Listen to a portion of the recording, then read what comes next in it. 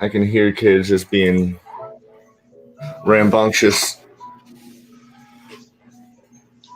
Man.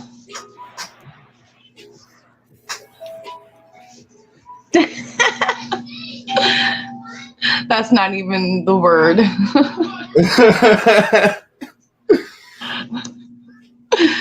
Are you ready for this story? Oh, sure. So, my 13-year-old found our old stash of pornos in the back of our closet.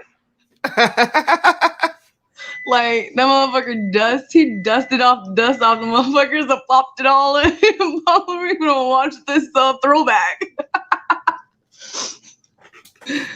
Yeah, so. Like this, like old shit like this? Like, no, nigga, the porno, the DVDs. Like the good shit. My son Julian was like, Mom, why does Tanner have these? And I'm like, what? I turn around and he has like the fucking all of them. It's like a giant spindle. Like he went deep diving and found that. Like, you had to get through some shit. And I was like, I hope he touched my dildo back there while he wanted to be nosy and shit. I hope he found some stuff disturbing. That's an actual fitting story for a Shameless series review, because that's the type of shit that would happen in that show. Like, could you imagine like little like season 1 Carl finding all of Frank's shit? God. You know, and it's like, dude, like, I seriously, do I have to put a lock on my stuff? Are you guys that bored? You're going through it. Like, you have to, like, I'm telling you, Tim, he went back there. Like, you gotta dig deep to get to that. Why do you still have? I mean, I guess if there's still like, if you had to dig way back, why do you still have porno DVDs? I forgot that, dude. They're that old. They're that old, Tim. That's all. Was like, oh my god. And I threw them away. Of course, but like. Hey, there's some good ones, man. There's some good ones up there, all right? Dude, straight trashy ones. I'm like, I can't believe we ever watched this. Classless. So yeah, you know, that just happened today. So, you know. Oh wow. My life. Hey everyone, welcome to WeinerCast. We're here to talk about. So Shameless just had its series finale on Sunday, and we're all caught up with all the fucking madness of the Gallaghers and the Malkoviches and the people who hang out at the Alibi. And like, I just found out the one weird dude's name was Kermit this current season. I never knew his name was Kermit. I thought they were making fun of him when they called him that, but it's like his real name. It's fitting. So. It's so fitting. He doesn't like. I thought like he would just like make fun of him when he called him Kermit. Like, shut up, Kermit. Because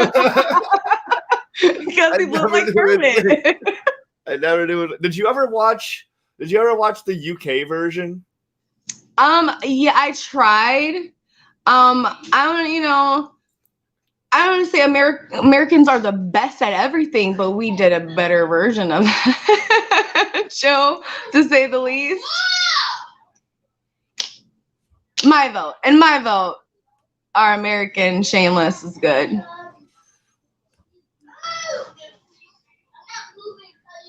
Not wrong. Like my friend Christina was living in Chicago at the time Shameless was coming out. There would be no way. There'd be no way that many white people would be living in that neighborhood in the South Side of fucking Chicago. No way. I mean, there's a few of them, but you know. Yeah. Come on. It had to be a little bit more than V as a black. Come on. V, you the only black girl out here?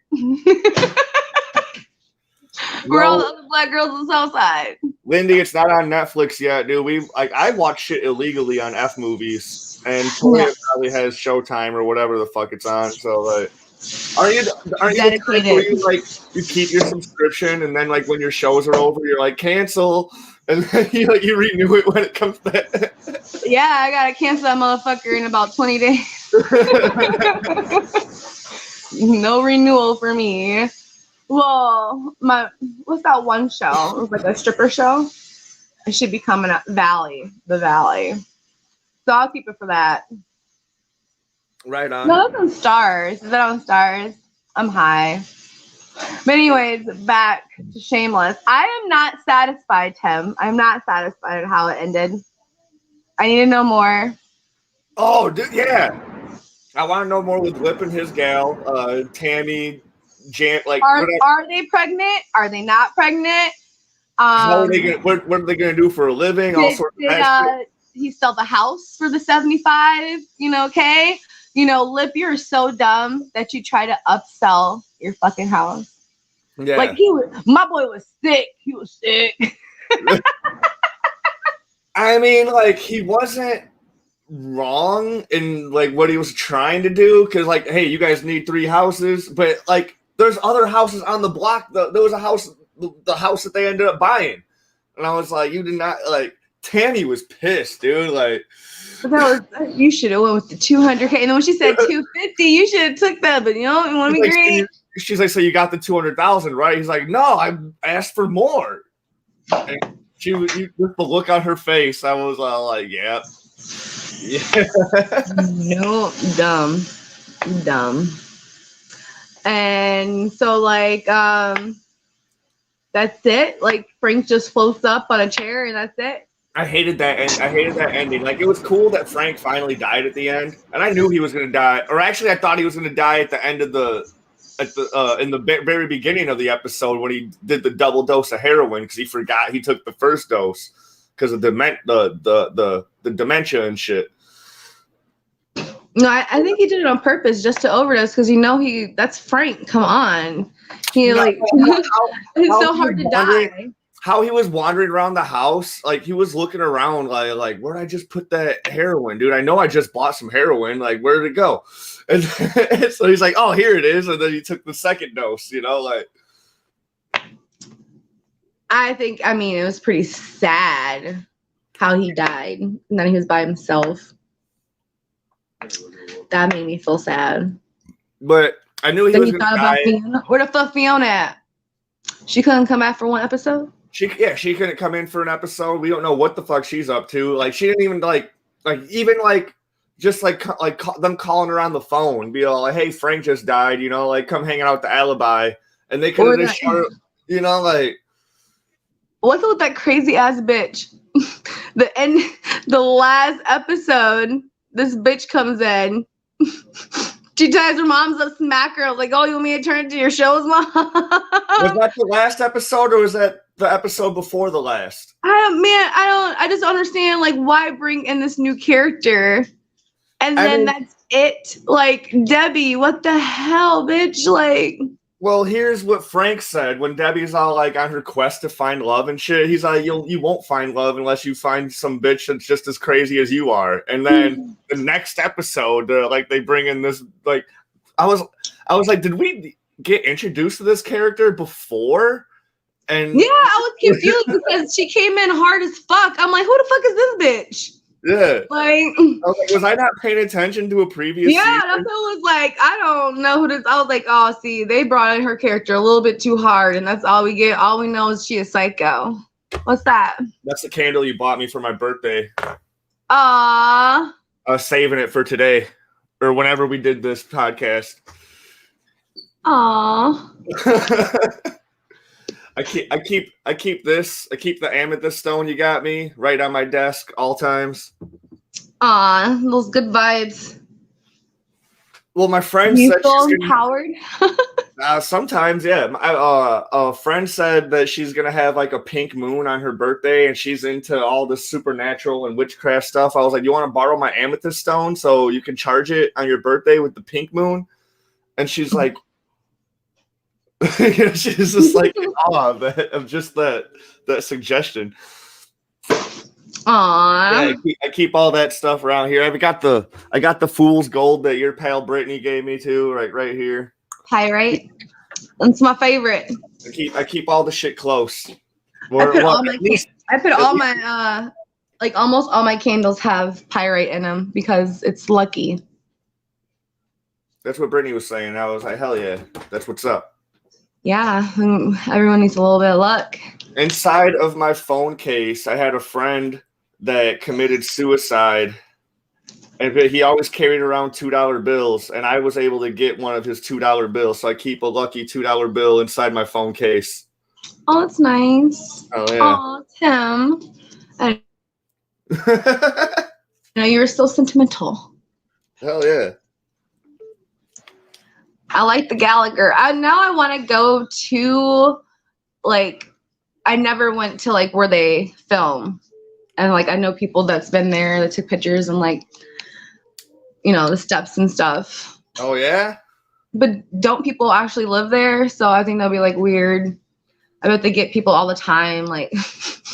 The same thing happens with Breaking Bad. I just found out yesterday. Like, people go and visit the fucking actual neighborhood and the houses and shit.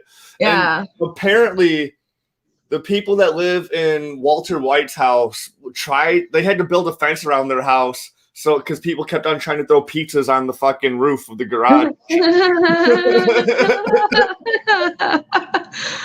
Come on. That would be pretty fucking annoying if you wouldn't that get on your fucking nerves though? Hell yeah, I'd be pissed. I'd be pissed all the time. I'd be so irritated. Like, it's just a fucking show. Right, dude. Like, are you gonna try to fucking convince me to cook meth next, dude? Like, get the fuck out of here. Speaking of meth, remember the story arc when Monica died and she left her last legacy was like the fucking like 6 or 7 pounds of meth she had in her like storage compartment that she stole from someone else. That she stole from someone else, and then each kid got their own like pound of meth to do whatever they wanted with or whatever. And Frank was like, yeah, and Carl was like, I know a guy. But then they had to get it back because they're gonna kill Frank. Yeah. So like they had to like dig up Monica's body again to get the rest of it because Fiona buried it with Monica. Yeah. That's messed up, man. That's totally messed up. That's, you know, what do they do when they sit around and they think about story plots? Like, what's this episode going to be about? We got to do something so fucked up, you know, not like our family. There were some seasons it was starting to get too corny for me. Like, there was a time where I was in probation and I kept on going to like Narcotics Anonymous classes, whatever, because apparently it looks good for the judge if you're on probation for drug charges, right? So I was going to Narcotics Anonymous and I was learning all this like recovery lingo or whatever. And then sure enough, like the next 2 seasons of Shameless were all about like recovery and going to fucking meetings and doing all. I was all like, come on, I'm already going through this shit enough. Like, I like Lip. Like, you think about Lip, like how bad Lip fucked up his life. Like, you know, think about like the full ride he had, and like just think about like dude, you really fucked up. Don't fuck your teacher. or if you do fuck your teacher, don't go all crazy about it, dude. Like breaking into her house and beat her son. That shit was fucked up. I think he thought her son was some other suitor. Like, yeah, I thought it was some other dude that she was fucking. Yeah. Oh, like, oh, bitch, you just like what? You just like chasing young tail. But what I had for this idea, for this podcast in general, since we're not going to be able to talk about all like 11 or so fucking seasons. Oh my god! You think about like, do you remember what's that one bitch name? The beginning, you know, that gave like was trying to figure out if Ian was really gay, you know. So she was like under the table. God, I can't believe I can't remember her name. What's her name, Tim? Come on. You talking about Mickey's sister? No, she tricked Lip thinking she was pregnant by him and ended up being an Asian baby. That chick. Oh fuck, dude. Yeah, she fuck, I don't remember her name because like she was super relevant. I can't remember, but you know what I'm talking about? Like, man, that shit like that, like how she fucked Frank and recorded it and like just like I can go on and on. I could talk about Shameless all day. It's so much. People in the live can help us out. And if you are watching on Facebook, I prefer you go to click on the YouTube link and watch on YouTube. It's live. If you want to watch on Twitch, you can, but YouTube is the Twitch. Twitch. My son likes Twitch. I don't know what is that about. I don't know what it's about. I feel old. Twitch is just another streaming service, and you can only go live on it, and your videos delete after 2 weeks, so that's kind of whack. Like but a lot of people game on there. There's podcasts, there's whatever. It's just another streaming service, and it's another way to potentially make money, but whatever. Brittany gave us a heart react. Brittany Choice, hell yeah. Because I know like 800. I know 800 Britneys. One of them I'm like super close friends with, and she watches all these fucking casts. With not the one that was supposed to come to my birthday party, but a whole different one. So don't be like, how many Britneys you know? I'm telling you, I know a lot, and they're all spelt the same. With the A? Yeah. I know a Brittany with the E. I don't know any with the IE. But they exist. Toya disappeared. She'll be right back. I forgot to tell her. Karen. Her name was Karen.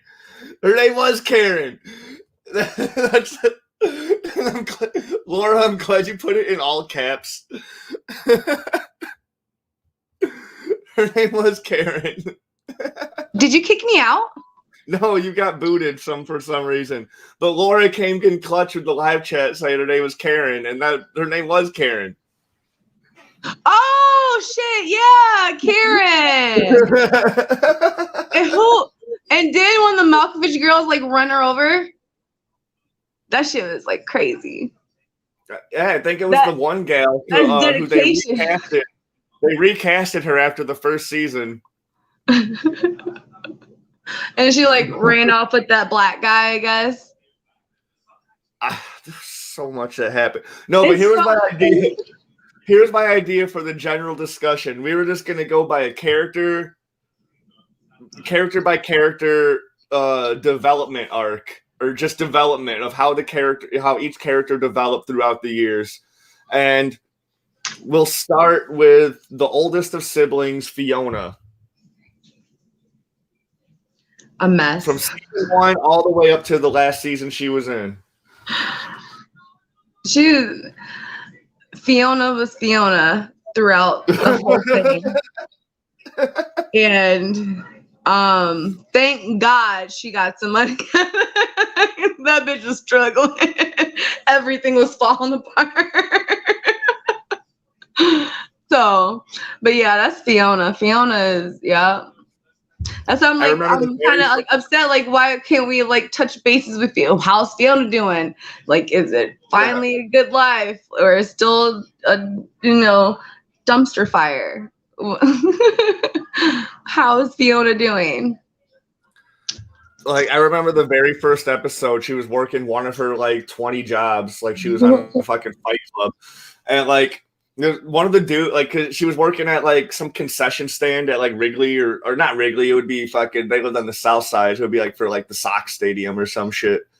And this dude was all like, "Yo, man, would you hit it?" He's like, "I'd have to double wrap it, man. You know how them hood girls are." And she can hear them. And you can just see on her face that she really wanted to fuck with their food, but she was like a cashier. She couldn't do anything about it. Like you can't beat up customers because you instantly get fired. And you can't get fired because you're raising all of your siblings because your parents are a piece of shit. And But Fiona was a hoe. She kinda like. She was a free spirit. She liked to fuck. I wouldn't necessarily say she was a hoe. She wasn't fucking like every Tom, Dick, and whatever going like around town. Who's that one dude? Dang, I can't believe I forgot his name. The one dude that kept coming and disappearing and showing up, disappearing. Well, because he had like 3 different names. Yeah, he had 2 names. What was it? It was the one that she called him by. Well, that fucking dude. It was Steve, and then Steve, and she kept fucking around when he would show up. That's when she would do bad decisions. Yeah. And I feel like he really felt like she could have had a good marriage with that one dude from the band. Remember that dude? I like that dude. I like the Irish dude a lot too. She is a beautiful hoe. That is my beautiful hoe, though. You're right. The actress Emmy Rossum is actually like a really talented actress, like singing. Like she used to do a lot of musicals and shit back in the day before Shameless. She was like, and she had she also played Bulma in the Dragon Ball Evolution movie that nobody talks about because like any Dragon Ball fan hates that movie. I think anybody who's seen the movie hates the movie, even though they're not. Yeah, she was in Phantom. But yeah, she was also like she was just a really talented fucking like triple threat actress. She could sing, act, and dance. Yeah, she's pretty awesome. I do like her as an actress. Oh, and that's Fiona too, because it's Fiona who doesn't love a mess. But get shit done. I really fell in love with like driven, like business oriented Fiona. Like when she started running the cafe, and then she was becoming like she was trying to be like a realtor, and like all that shit, dude. I was all like, hell yeah, she's stepping up. She's still out there hoeing a little bit, but she's still fucking. And she always had a guy coming fucking up. But she's got money on her mind, and she's not bad at managing money, dude. Like she's not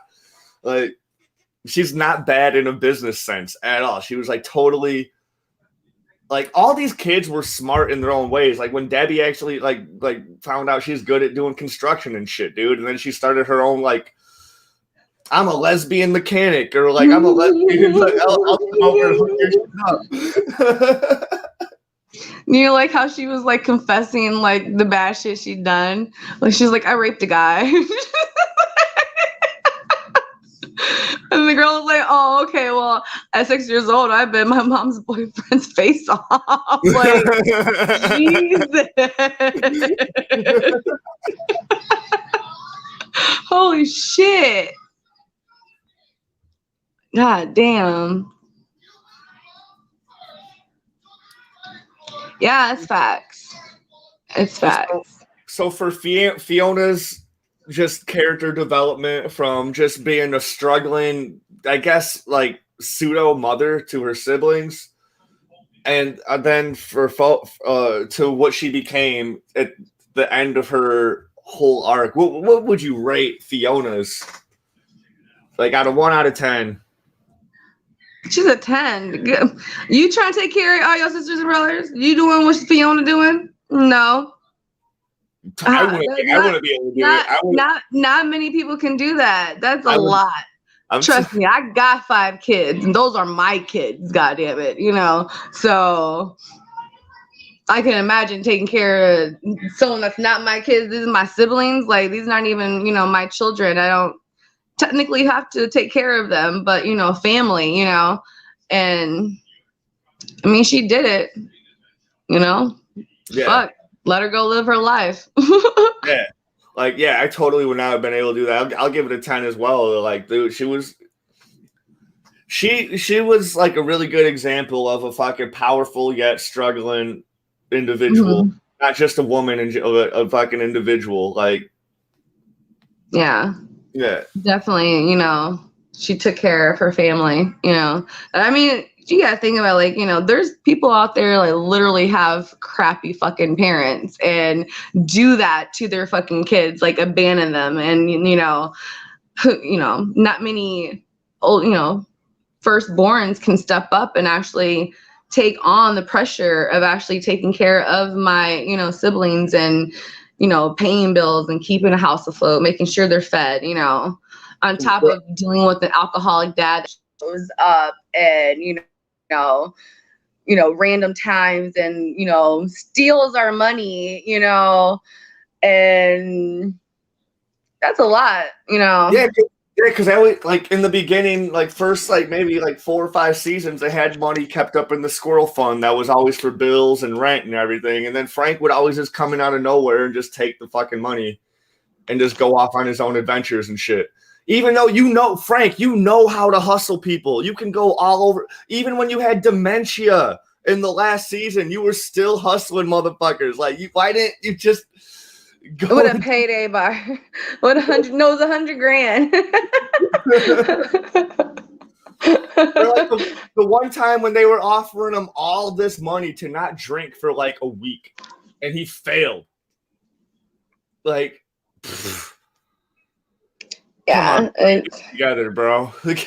I was watching the first 2 episodes with my dad one day. Like, he came into town to visit, and he's like, "Man, I kind of relate with Frank a lot." And I'm like, "Yeah, I bet you do, you son of a bitch." But really? That's the dad you don't want to be. You don't want to relate to Frank. But here's the thing. In my experience, I probably would have preferred Frank as a father than my actual dad. So, like, that's saying quite a bit. I barely can hear you, Tim. What? Yeah. What? Should I holler? I don't know. Is it my phone? It's probably my jank phone. I don't know. So all of a sudden, you're very faint, but I can hear you. But my kids are loud as fuck. Yeah. Next character. You pick the next character. Next character. Lip. Why not go in order? All right, Lip. We'll do like the the important Malkoviches and shit too, and obviously Kevin B. Lip. Man, Lip went through a lot, didn't he? Like, the very first episode, Frank was talking about how Lip is going to be going places, and he's going to be, and like it kept on showing that throughout the series until, like, though I think there was like 1 or 2 seasons where everybody was like, it kind of seemed like everybody was like slowly becoming Frank in like their own ways, and like Lip was going through it first. I don't think Fiona really had it, but like Lip and Debbie had it the most. Dude, I don't know what's wrong with that. Lip and Debbie definitely had it the most. Where, like Lip got the fucking. He got caught. He got caught cheating for people's fucking SAT so they could get into college or whatever. Mm-hmm. But he was doing it in a smart way, like how I used to do people's homework for them. Like, I would not. Like, depending on the person, I would pick and choose on how many answers and shit I got right on their fucking homework. Because, like, there's no way this motherfucker is going to get 100% on their geometry homework. There's, so, like, I'm going to give them a fucking C. I'm going to give this person a B. Like, I'm going to get... That's what he was doing with the SATs, and then he ended up getting caught. But they're like, dude, they're like, for you to do this many SATs for people and to pick and choose, like, how fucking smart you think these people are based on what you did for them, like, we realize that you're a fucking super genius and we want you to come to school with us, like you're basically getting a free ride to college, and then we're like, hell yeah, Lip, you're fucking crushing it, like and then but of course he crashed it down. He started hanging out with it. He started hanging out with his alcoholic professor, and then he started fucking one of his other professors. He crashed a fucking car into one of his professor's houses. He he drove the alcoholic professor into like insanity to where like that dude had to like quit teaching. And then the other one that like the one that he was fucking ended up getting found out that she was fucking a student. He's like he had 2 professors. Had to, like, yeah, because you fucked your friend's girlfriend and she became obsessed, and then you don't want to fuck her anymore, so she fucking, sends out a picture of the teacher, and now you're fucked because. And the girlfriend that he had at the time, was awesome. I remember this one. She's like, I've never had sex before. He's like, we have sex every night. She's like, yeah, but that's only in the butt. I'm saving the vag for marriage. I was cracking up. Mm-hmm. And she was awesome. She was a super talented artist. She was a fucking genius. She was crazy. But she was like a dedicated fucking, like, she didn't become crazy until after Lip was like fucking around on her and shit though. Like she was not crazy until then. And I don't consider that necessarily being crazy, dude. Like I mean, we all are capable of some revenge. Yeah. I would probably do that shit too. So I mean, just saying, that's what Lip get. That's what happens. Lip his own for his own failures. He's his own fault. It's on him. No one else. And dare you say it's the Frank gene, or is it he's too scared of it wasn't the Frank gene because Frank did not of losing the South Side. He's always afraid that he's not he's South Side through and through. Blah blah blah. Yeah, but if you find out eventually that Frank was also a super genius. Then he met Monica. Monica is the one that got him hooked onto doing drugs and partying and becoming the animal that he became. It originally because you look at Frank's family, like you get introduced to 2 of his brothers at one point, and they're when they were trying to figure out if Ian did Ian turn out to be his brothers? Like, is Ian not even Frank's kid? I don't remember. I don't think he is. I don't remember. Oh my God, I forgot about that. That was like seasons back, forever ago, when they were trying to. Yeah, I don't think Ian's his real son. Well, fuck. It's his brothers. Damn, but then, well, fuck, man. Yeah. Right? Fuck your mind. I forgot about that shit. I'm too hot for that. I'm mind blown now. I'm gonna have to look back and watch the episode again. I don't remember which episode it is, but my friend just hit me up talking about how we're gonna have to watch the show, and I'm like, it's gonna be a long ride, but I'm willing to go on that roller coaster again. What? Huh? Oh no, it's fine. I don't want to switch. I can hear them as long as they don't yell. Thanks for looking out, Sheldon. Love you. He was trying to bring me a laptop, but it's too much. I don't want to sign on. I don't even know my Facebook password. It's stored in my phone. You don't need Facebook to get on StreamYard? Yeah, but I can't sign on my Facebook on, I don't know, it's my kid's laptop. Yeah. Everything's stored in my phone because I think Sheldon changed my password to do some privacy thing because I got hacked when someone was requesting money that was pretending to be me on Instagram. I remember that. That was like last year, wasn't it? Yeah. So Sheldon changed my password and I don't know what it is. So yeah, I can't sign on to anything else.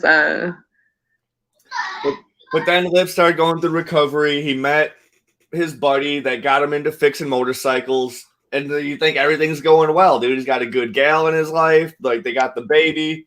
They're fixing motorcycles. And then, boom, the last season. Fucking. They get fired. Or Lip gets fired. And then dude's all like, well, you're firing Lip, dude. Like, I'm going to leave, too. I think that's how it happened. Or actually, he stayed on board until they stole all the motorcycle parts together. Mm-hmm. And then they're like, well, now we're partners in crime till the end of our days. fucking Kevin, and what's his face driving all the motorcycles into the fucking river, into the Chicago River. Paranoid as hell.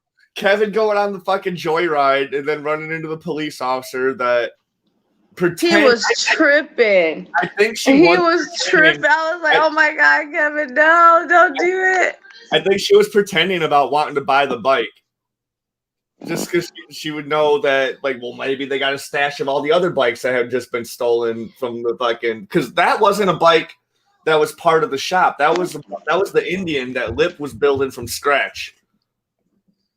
That Kevin was joyriding on. That wasn't one of the stolen bikes. That was the bike that Lip had been working on from scratch on his own free time. Was it? Oh my God! That's what they were like. What the fuck? So, but Kevin didn't know that it was not. That one was not stolen. Yeah. Kevin didn't know. Kevin was paranoid. He was like, "I'm not going down for that shit." But she was talking about coming to the fucking shop. Or not the shop, but the alibi afterwards to check out the bike or whatever, and then she would have seen all the other bikes there. Uh-huh. Yeah, so we got to get rid of them all. Yeah, I want an empanada. Empanada.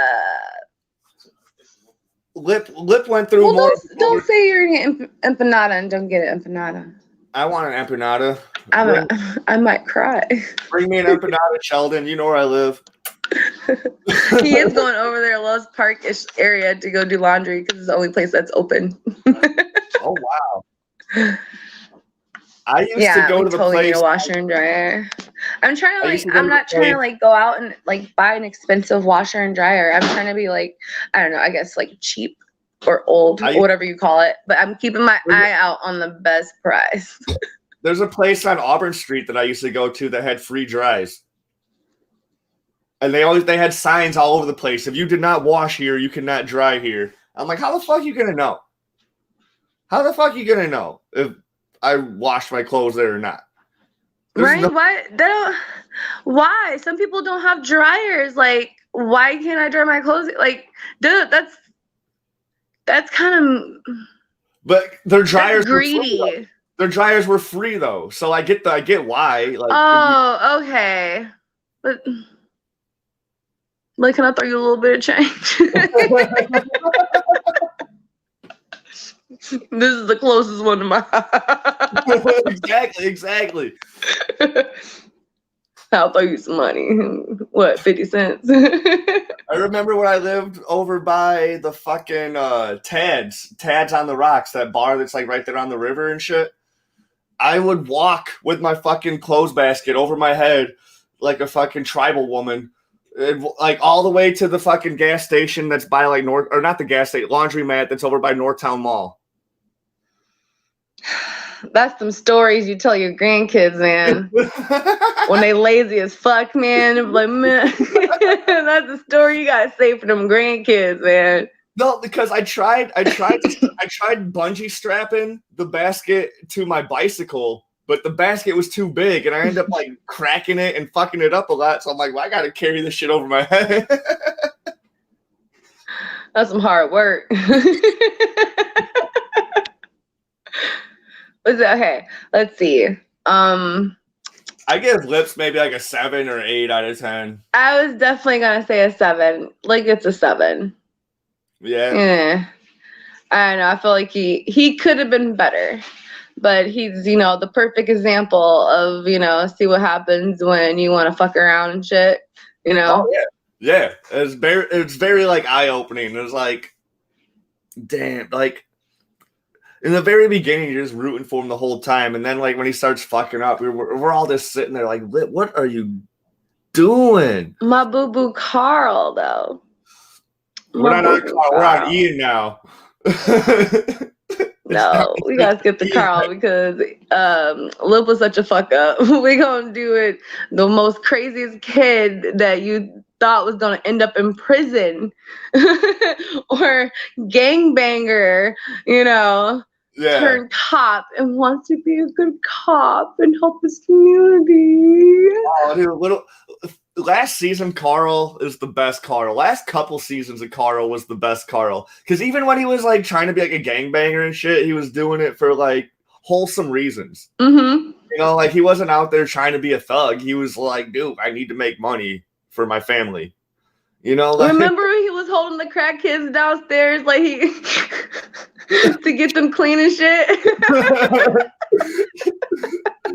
he had like it's like 5 people living in his basement, like trying. They're like chained up to like pies and shit. Like fucking Black Snake Moan.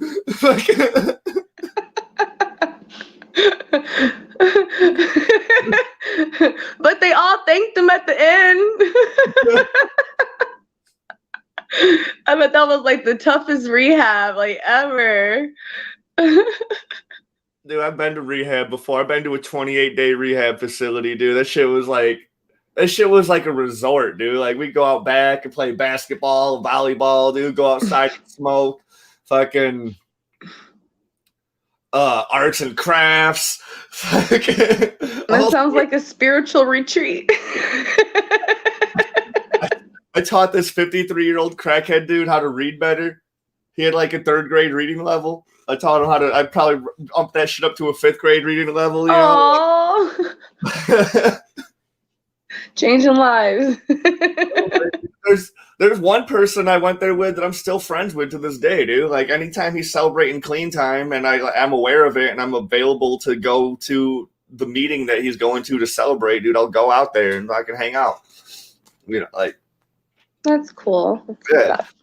What do you give it? I give Carl 10. Give it Carl a 10. I'll give Carl a 10 too, because you see first episode Carl when he's bringing stray cats into the room with a fucking blowtorch.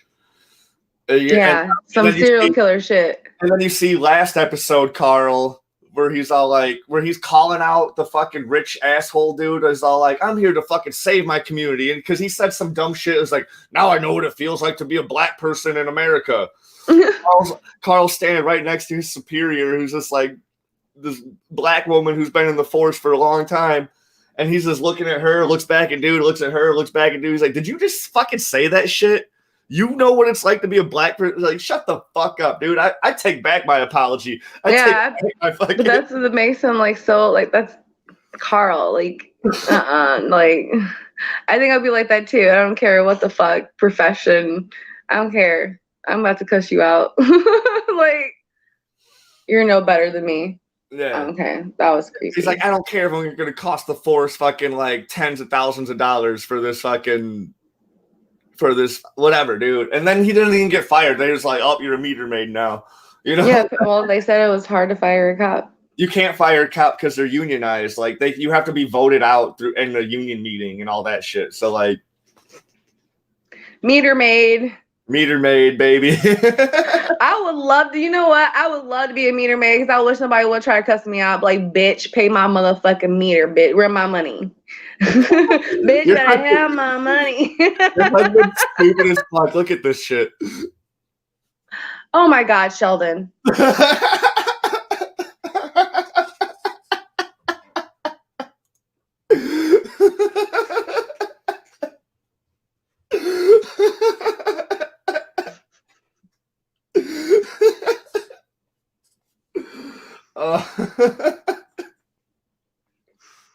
Are you the same room? You're just looking at him, just glaring like. Stop texting and driving.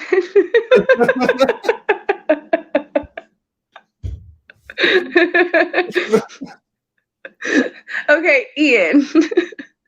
Ian, oh, poor boy. He takes after his mommy. Oh, dude, that whole freaking like the whole bipolar arc that he went through, where he was just going crazy, and like, I really like the Ian that would like go like strip at the gay clubs and all these fucking old dudes home and like just like fucking these dudes for money and all. Like, I really like that Ian arc, even though it was all like way off. Like that was like his deep end. It was like really entertaining.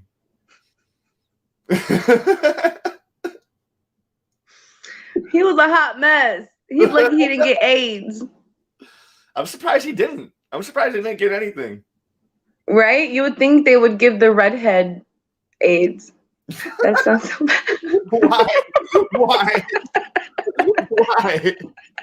Explain yourself, woman. I'm just saying, like, it just goes with it. But they did it, so that's great. But he was a hoe. So I'm surprised. But when him and Mickey got married, that relationship was crazy. Because didn't Mickey try to kill you once upon a time because your sister said he raped her? Yeah. That's how it starts out, Mickey looking for Ian to beat his ass. And then you find out that Ian's, having an affair with his fucking goddamn, the store fucking dude. Like, he has a whole family. Like, that's some shit, man. I was like, God damn. Oh, dude, I was on that dude's wife's side, dude. Like, this was.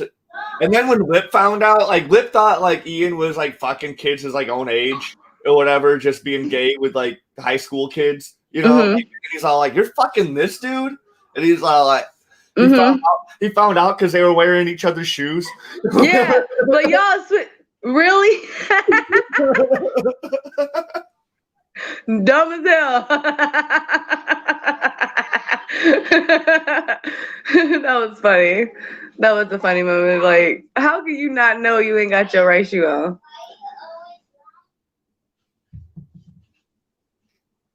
What?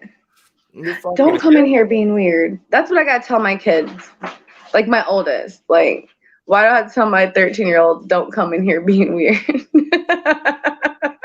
And then like Frank did not even give a fuck. He's all don't like, meow. Come on. You're gonna get her meowing. See? Frank, carry on, gentlemen. Like I got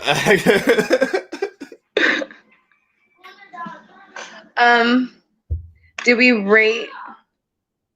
You gave Carl a 10 out of 10. I'm giving Carl an 11 out of 10. Someone messaged me. I'm overwhelmed. I have too many messages and not enough focus.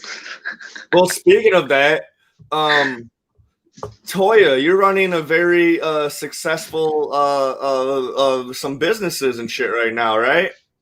Yes. In the description, I got ads for or not ads, but links to your stuff. Your stuff. My things. You wanna? While I show the stuff, would you like to talk about your stuff? I mean, I don't want to be those type of people that plug on podcasts. Well, that's what we do. That's what we like. Like, here's your healing candle link. Oh.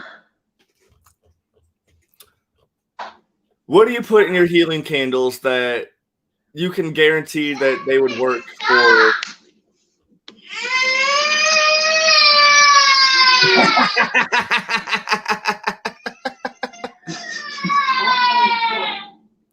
What the fuck is in this candle? Bay leaf, sage, pyrite, and rose petals. Hold on a minute. All right. Can we not cry? Can you stop messing with him? Thank you. Oh, kids, they keep you young, huh? I don't look 34. It's the stress. No, a lot of us don't look 34. A lot of us, like, we were goofy looking when we were kids, and then we fucking grew up to be like handsome and hot, dude. Like, I don't know. I think it was what they was feeding us back in the day. Yeah. It was laced with something. I mean, we didn't do meth, so that's like good too. So what's in this candle? That candle has a lot of shit in there, man. I can see that. That is a bad bitch candle. That is like it has a lot of spiritual stones in there. And I can't see it from right here because I'm on my phone. Yeah. and I have ADHD, so I don't remember that. This is the one that and that bad bitch one was like, that was like the first candle I ever made of that typical, like that type of candle. Bad bitch one? But angel quartz looks like some agate in there. Of course, pyrite. I always put pyrite in every single one of my candles because see the pyrite right here in the middle. Yeah, it brings good luck. Well, almost all my candles, not every single one, but pretty much every single one. The other one is my amethyst custard pie. It's just one of the custards that I gave you. Tiger eye, and got some clear quartz in there, and some rutabilized quartz. And that's just like, it's like a yellowish, it's kind of like a goldish, like clear quartz, but it's like specks of gold in it. This tiger's eye, like that was my cousin's grandmother had a gem shop that used to be like right next to Chuck E. Cheese when we were kids. It was called Simple Treasures. And she would always hook me up with a free tiger's eye because she knew that was my favorite gemstone when I was a kid. Yeah, I love tiger eye. Tiger eye is like, it's just a good stone I use for strength and courage. You know, that's a good one. So, but everyone thinks it like, I get people like, it looks like cereal. I'm like, no, don't eat my candles. Don't eat that. I know some people, you know, those weird, those strange addictions, you know what I'm saying? Like, I'm afraid, like, I don't want to make them look like too edible. Like, I'm afraid someone's gonna like buy it just like to try to eat it. And now I have to put like warning labels at the bottom. I'm like, please do not eat. These candles are not candy. Oh, that's my tarot cards. Let me read your future. Let's talk about your baby daddy. And you do tarot remotely too, so anybody from anywhere can book a tarot appointment from you, right? What was that? Anyone from anywhere can book a tarot appointment. Yes, we can do this. We can video chat, we can talk on the phone, messaging, like, you know, for those invert people that don't like to communicate. Here's one of my only beefs with that, because I had the same beef with Miss Cleo when I learned how to do tarot. Because someone I dated back in high school told me that like when you're doing tarot, you have to have the other person also shuffle the cards so the energy can transfer into the cards.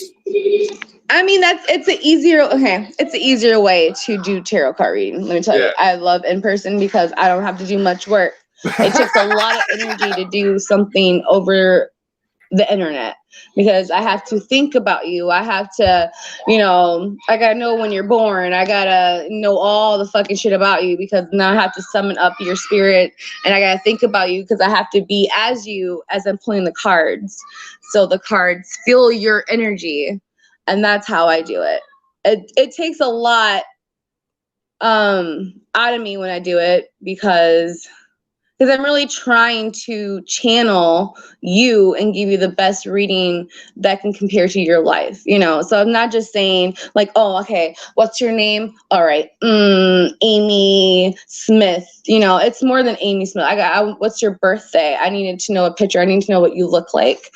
Yeah. You know, I need to know you. You know, it's different from my friends. I know my friends, you know, I know who they are. So it's different than I can do a reading on my friend that's not here. But for like a stranger, you know, I have to know a little more. So I know it's weird when I ask people, okay, I'm not trying to steal your identity when I ask you these questions. Like, I'm just trying to know who I am reading this for so I can, you know, get the best reading, you know. I just want to know you, you know, and I guess it's weird. I guess I think about that person. I just picture what they look like and I say my little witchy chant and I do what I do, boo. And it's worked so far. All right, if anybody wants to get their tarot appointment booked through Toya or also order. And my kids is just like, fighting to the death in the background. So that's awesome too. I got links for both your pages in the description for this shit. So if anyone wants to hook Toya up, do that shit. You can beat your kids off camera. It's okay. It's okay because I'm literally gonna take my kid's shit away and he's gonna be bored as fuck all night. So it's okay because I win at the end.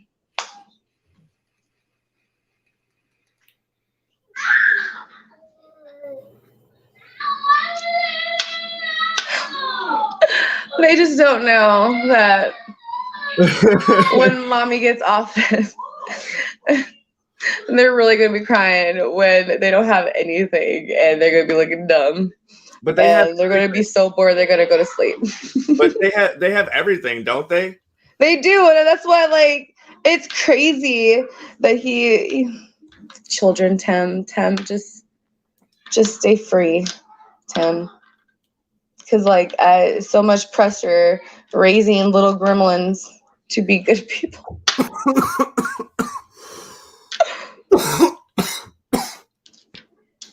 I'm trying to heal the world. Who's gonna heal me, Tim? Who's gonna heal me? You got friends. This. You got friends.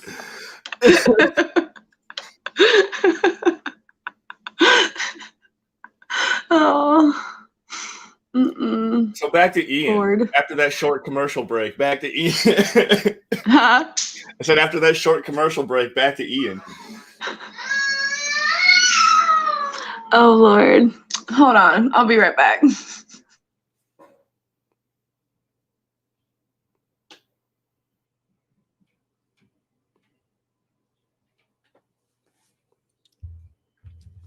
Oh, man, I could have done the...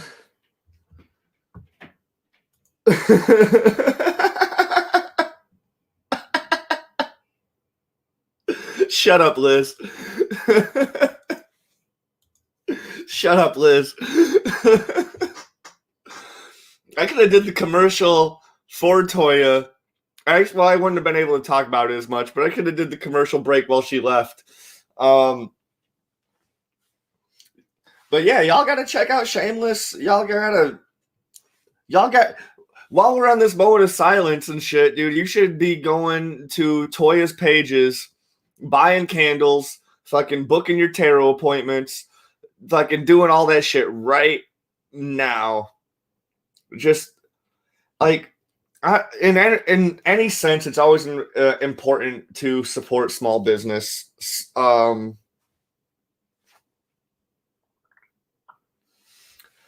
And just I'm pretty sure there's a lot of candles that people saw that they could use in their personal life or get them for a special lady you have in your life.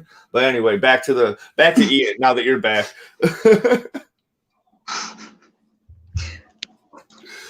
I think we're good.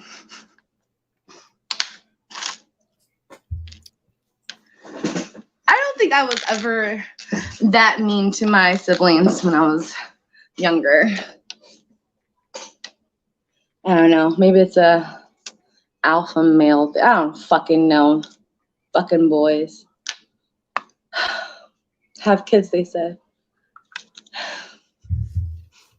No, it's, for the most part, it's a joy for days like this when, where's the brotherly love?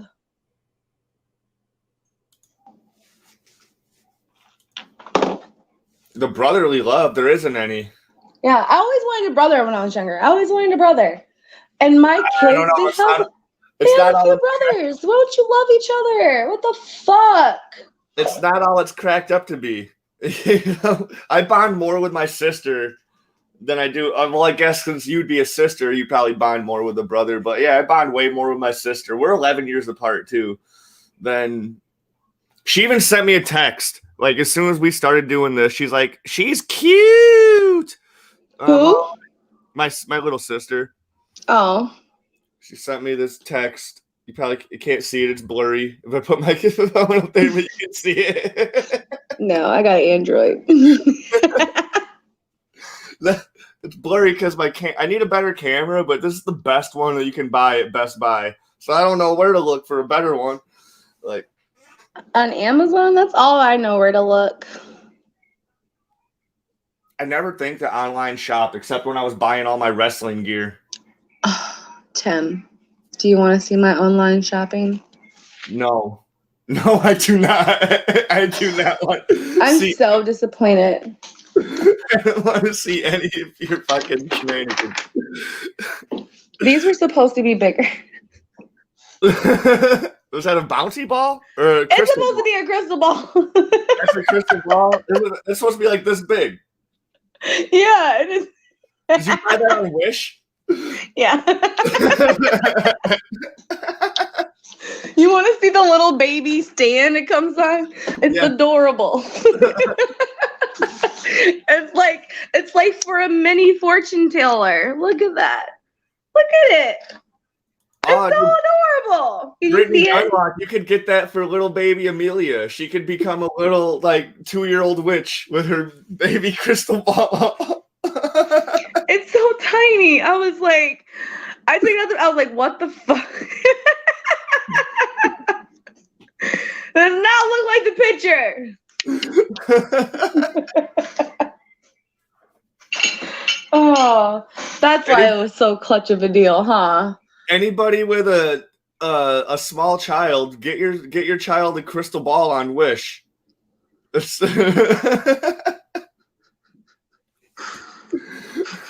For a fairy. or a fairy. If you got pets. It's a crystal ball for a Barbie doll. Now I'm gonna get like a whole Halloween setup with the Barbie witch and put her in front of a crystal ball. Hey. You can set that up and have a little when you have people come over for readings and shit, you could have this shit just set up back there. It was all yeah, dude, fucking Barbie hooks up Ken and shit too, and all her fucking gal pals with tarot reading. Right? You want to see you want to check and see if Barbie see your man cheating on you? See with your side chick. She can look at her crystal ball real quick. Oh my god, I can't. And then I think though, what's most stressful when I do reading is when people ask me relationship questions. It's so stressful. That's what you were trying to get me to do the most. I was like, hey, bring a gal pal over. I'll see if you guys. No, that's different. That's like a joint reading. I want to see if y'all was vibes right. Obviously, it wasn't. Well, at the time, I didn't even know what I was fucking doing in life. You know, it's all hey, I just thought it'd be something fun to do. It's all hey, let's go and fucking do this tarot shit. She's like, I don't even know. No, my card's gonna say something. I was gonna let you know. Don't waste your time. Bruh. Leave it. Debbie. So, gotta talk about Debbie. Debbie. Innocent Debbie. What went wrong with Debbie? Debbie was so wholesome, dude. Tucking in her dad at night, giving him a pillow when he passed out on the floor. She just wanted a family. That's all she wanted was a family. She wanted to be a mom that she never had. That's why, So, when she found out, what's her face, her little lesbo friend, had a whole child and abandoned him, I really felt Debbie on that. I couldn't. Oh, I did too. I couldn't be in a relationship like that. And I also understand the other girl's point where I was 15 when I had this kid. I had no idea what I was doing in my life, and there was no way I could possibly support this child or whatever. Let alone I don't know how old the Geek Squad or whatever fucking I don't remember how old he was. He was 30 apparently. Oh, at the time, or she was 15, then she was pregnant. A 30-year-old took her in and married her. I mean, but you old enough to make your decisions, but you pregnant, obviously. So I mean, you did what it did to put you in the situation. But like, okay, I get it. You run away, you find yourself. Once you find yourself, you want to keep being a piece of shit mom. Yeah. You know, I mean, not agreeing to that, but I'm saying to what you just like. Yeah, nobody wants to be a piece of shit mom. Well, she did. Yeah, it's like, I think that was really like what broke my heart is when he was like, "Hi, mom," and she's like, "Don't call me that," and then ran in the house like, "Bitch." Well, I'm on that little kid's side. Or I'm also. Oh yeah, that was very intelligent that he thought like that. That that made it kind of less sad. That he wasn't really sad, and he looked at the house. He's like, I don't want to fucking live. I don't want to live in this piece of shit. I'm all right. I'm goofy. Like, he was like, I don't want no. No, thank you. What y'all eat for breakfast? Like, are you serious? Like, nah, I'm good. And hey, I think not the most craziest thing Debbie's done, but she did rape the dude. But when she she found an orphan kid to pretend to be her daughter, to just give that one girl fucking just like hell and make her not want full custody of her, for them to get that money, just like the schemes Debbie was like I thought that was so fucked up. Like, how impossible is it to find a child and to place it in this house, pretend you're this girl, that was crazy. Oh, like that's when she was going through the whole, like, when the kid's dad was trying to fight for custody, or their family was trying to fight. Yeah, she was trying to get money. She was trying to get that settlement because he died. Yeah. And she was like, well, I want full custody of her if you want the money, basically, Yeah.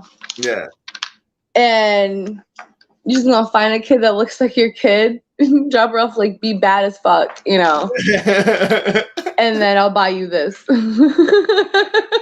That was wild. Like, and then Carl thought he got raped in the last season from that cute girl he met at the Home Depot or whatever the fuck it was. But did he get raped? Because did you believe her excuse that she was allergic to condoms? Yeah, I did.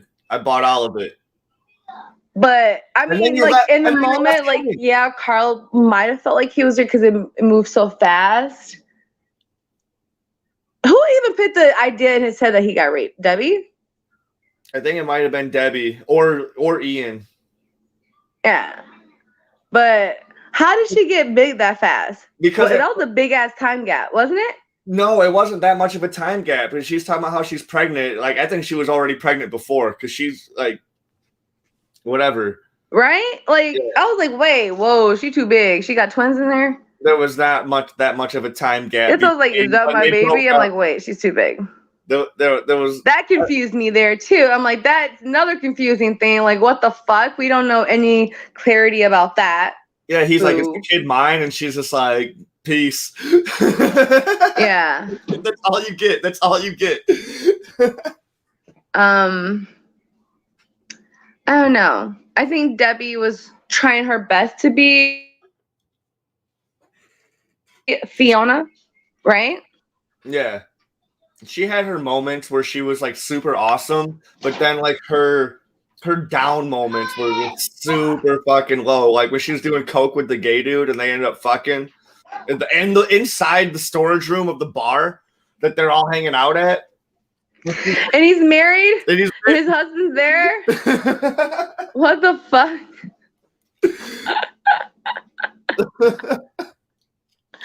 Or she had that fucking storage fucking thing with just full of fucking shit she couldn't have at home.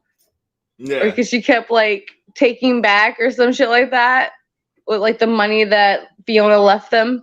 Yeah. That was crazy. Yeah. I feel like that's something I want to have, but it was to hide it from my kids so I can have nice stuff. So you could keep your pornos in peace. Like, I gotta go to my storage facility and play with my things that I can't have here because you break everything.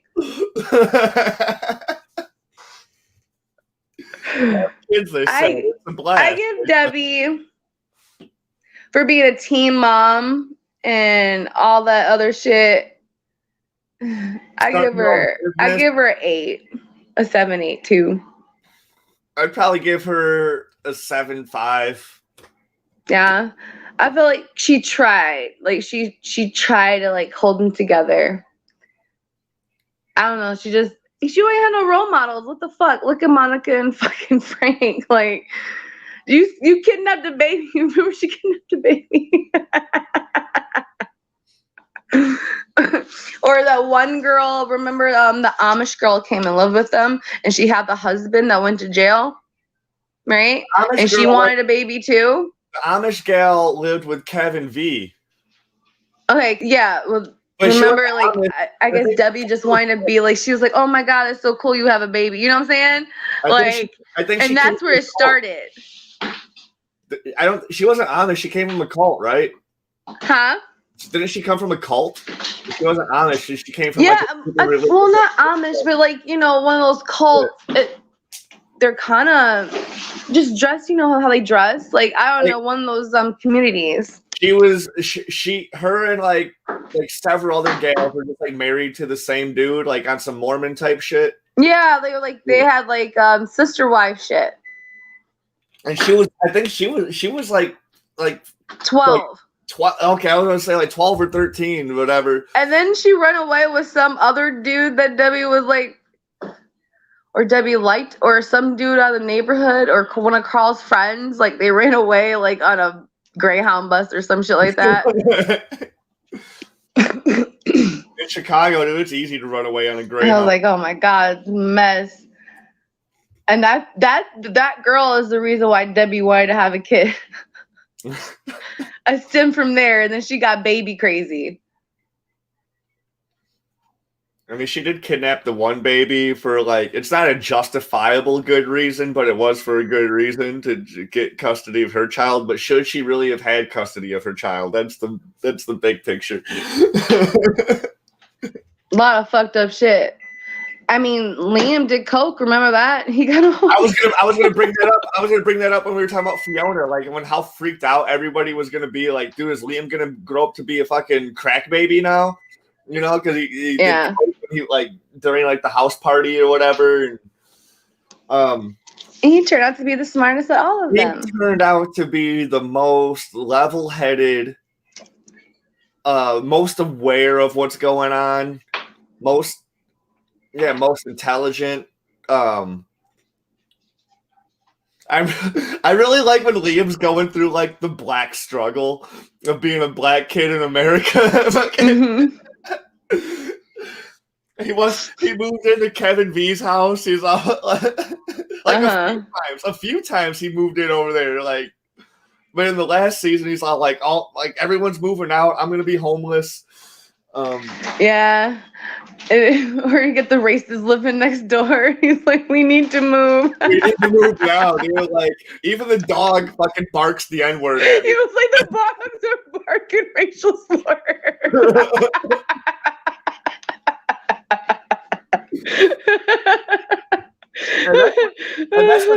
And that's when Frank would be coming in clutch, like poisoning the dog, fucking going out of his way to try to kill the old lady that was letting the Malkoviches live there.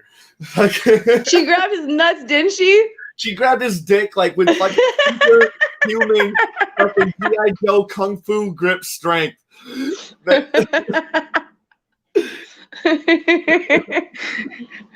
He thought she was dead. He was like, they had some wild, crazy shit.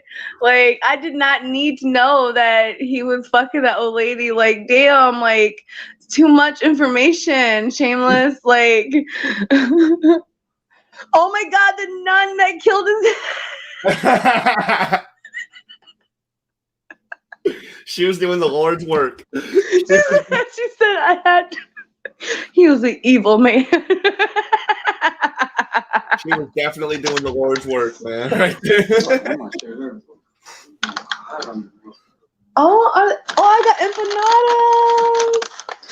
Empanada. I want empanada. He came and just dropped off my empanadas. I love you too. What do you got? I hope you got me enough leggings. I had to wear my leggings today. It was cold as fuck outside, man. I made sure I threw my leggings Are on. girls crazy that we just wear those? No. Because here's one thing I'm mad about women for is keeping how comfortable leggings are such a fucking secret. Don't keep it a secret, Tim. I'm not. I'm telling everybody. My coworkers are like, because I do landscaping shit. My coworkers are like, man, you're gay as fuck wearing them fucking leggings. And I'm like, I'm comfortable, bitch. I don't care. You breezy. I'm breezy in this bitch. I was like, I got full fucking movement, bitch. Roundhouse. Mom. We can roundhouse motherfuckers in these. Yeah. He want one of my empanadas. That's the only reason why he hugging me right now. Which is that Emmett? Yeah. I was supposed to make a fucking tally sheet of how often you yelled at Emmett, but you've been yelling at them all equally, so like it's weird this time. Hi. What's up? You only came in here when I got food. I can't wait till my kids get their own place so I can come eat their stuff. It's the little things that keep me going. It's the revenge plots. I'm gonna fucking go and fucking stump on that couch. Fuck your couch. I remember being a kid, and like one of my buddies was going through the fridge because he was like, "Hey man, you got anything to eat?" And I'm all like, "Yeah, dude, just go have a look." You know, like then my mom comes out. She's all like, "Excuse me." He's all like, "Oh, what?" She's like, "That'd be $2.50, please. Or you're gonna be going through my fridge."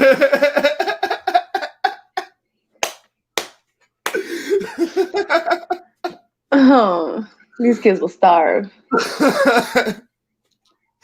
But I took Emmett. Well, Emmett got Easter money, right? So we went to Walmart and they got toys or whatever. So I was checking out, and the cash. Well, the total came up to more cash than what I had. So I just was, I put their cash in my purse and used my card, and it was like, "That's my money, Mom." Loud as hell. Everyone can hear us. It sounds like I'm stealing my child's money. I'm taking my child's money away from him, And I'm like, boy, shut up. I'm using my card. I'm taking your money. You're still paying it. You got to pay Mommy money back. I was like, it's a exchange thing. You're getting your toys, aren't you? He was like, yeah. So I'm not taking your money. He was like, but that's my money. It's supposed to go in there. And I'm like, great, Emmett. Just like, shush. Like, people are looking at me. And I'm like, no, great. I got people at Walmart thinking like I stole my son's money. Like, I'm not that parent. A coworker was just telling me how like he took his kids to some Easter egg hunt, and one of them found like $5 or something in one of the eggs, and they instantly just ran up and gave him like my coworker the fucking money, and he's all like, "Oh, dude, thanks, Jack." And they're like, and we're like, we're asking like, "Did you keep the money?" He's all like, "No, I put it in his piggy bank." We're like, "Sure you did, Corey. Sure you did. You kept that $5 upon a scratch off. Don't lie. Do not lie." No, my kid's gonna pay for that shit. You on Roblox? Give me that 20. I'm gonna have to use my card. Okay, I want my money. Quit You're playing. making them pay for their own Robux, dude. Get the fuck out of here. Yeah, that's what they spent their money on. Like, no, you're literally, you could buy anything, and this is what you want to go. You want to buy some fucking Robux cards? Really? I mean, I guess that's their thing, but when I was that age, I would have bought me a shitload of snacks and fucking and just like hid my shit away from my siblings and be like, I'm sitting on this. Like, but no. But yeah. So like, I really don't think Liam had much of a character arc because like half the show he was just like a child. Like the very first season, he's like still a baby pretty much.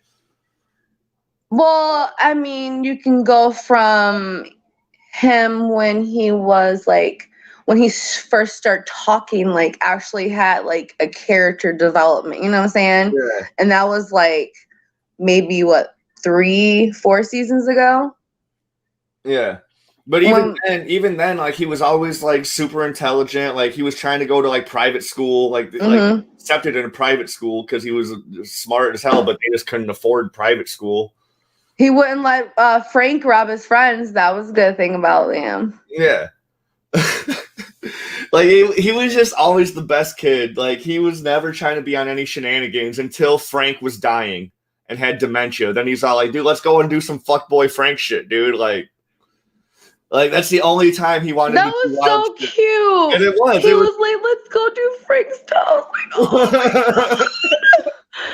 oh, Liam. Oh, he was never there, but you wanted to be there for him. Yeah. To think, like, who raised Liam? Like, honestly, like everyone was like in and out. Like, who really? He didn't even know who his guardian was. That was so sad. I don't know if I have one, to be honest. He was like, I don't fucking know. You know, it was Fiona, but Fiona abandoned me. You know. He asked Debbie, and she's all like, I don't have time for this shit right now. I'll call you back. And then gonna call him back, was like, I'm making your favorite.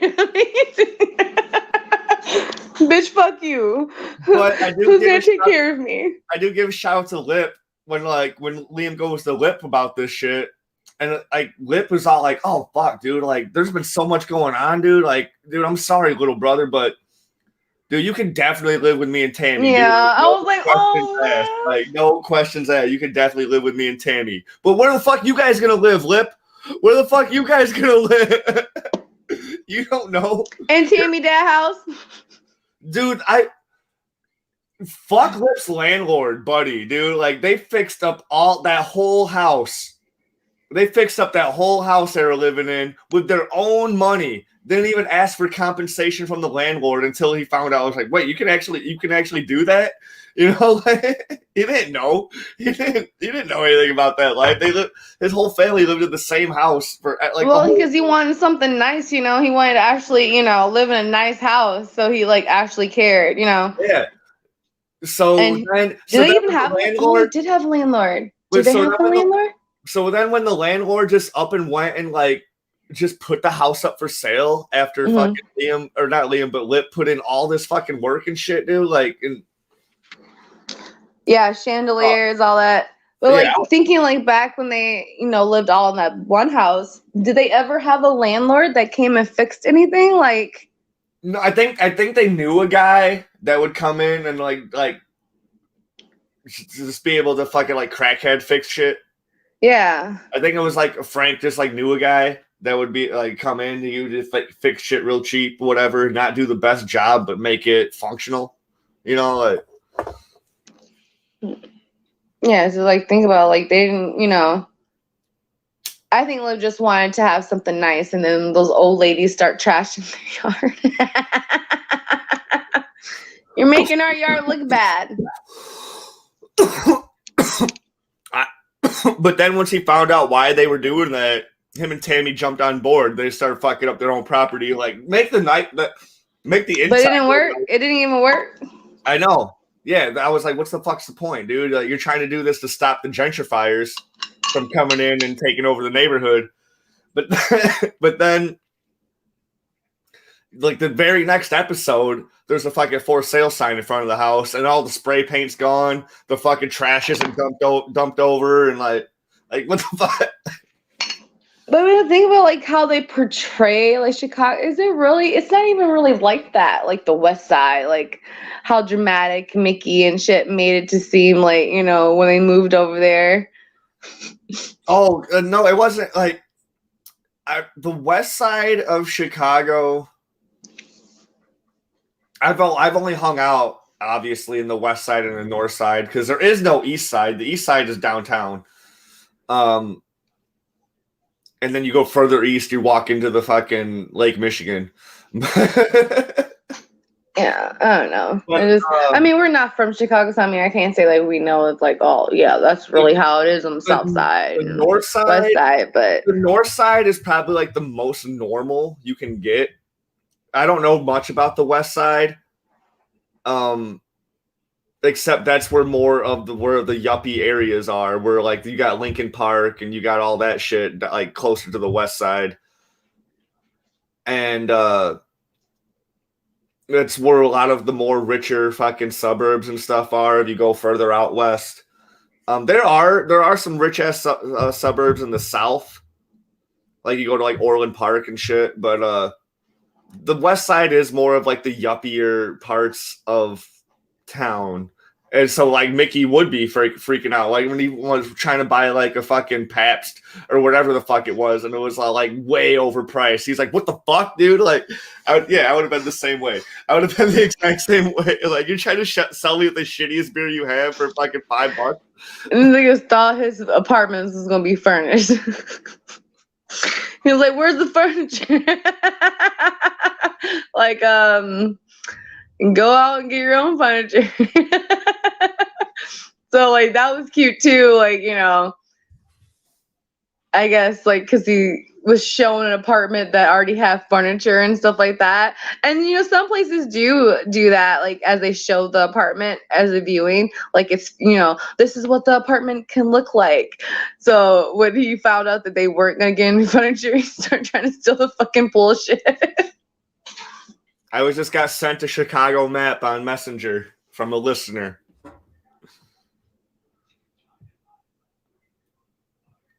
So like this shit right here, this Inglewood and Hamilton Park, like I wouldn't hang out there. Like I probably wouldn't be allowed to hang out there. But like this is where I'm used to hanging out, is around here downtown or like up north. Like I don't really care for West Side. Like you could go, anybody can go into like the beginning of the South Side, where like you got like Chinatown and shit. Yeah. And then there's some cool bars and stuff out there that are like real cheap, but like fucking huge. Like there's this place called fuck, I forgot what it's called. My buddy used to bounce there. Reggie's. This place called Reggie's. Dude, it's fucking huge. And everything's cheap, and there's always like bands and shit playing, dude. Like, oh my god, Reggie's is awesome.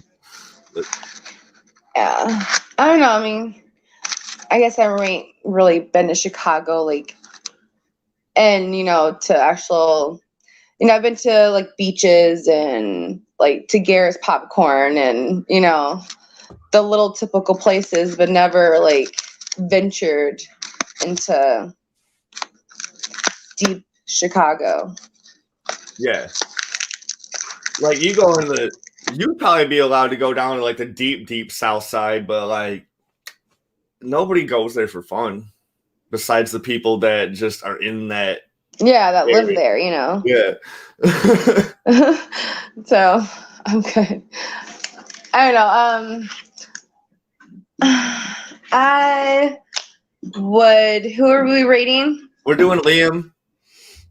I don't know. Liam's always been a 10. Well, head character now, you know. I don't think we can judge him off being a baby, you know, baby Liam.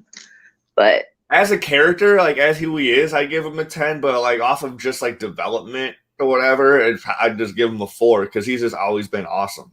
Like he's always been the same character, you know. Yeah. Never really, because he's a kid, but you know, just I think he's seen every like.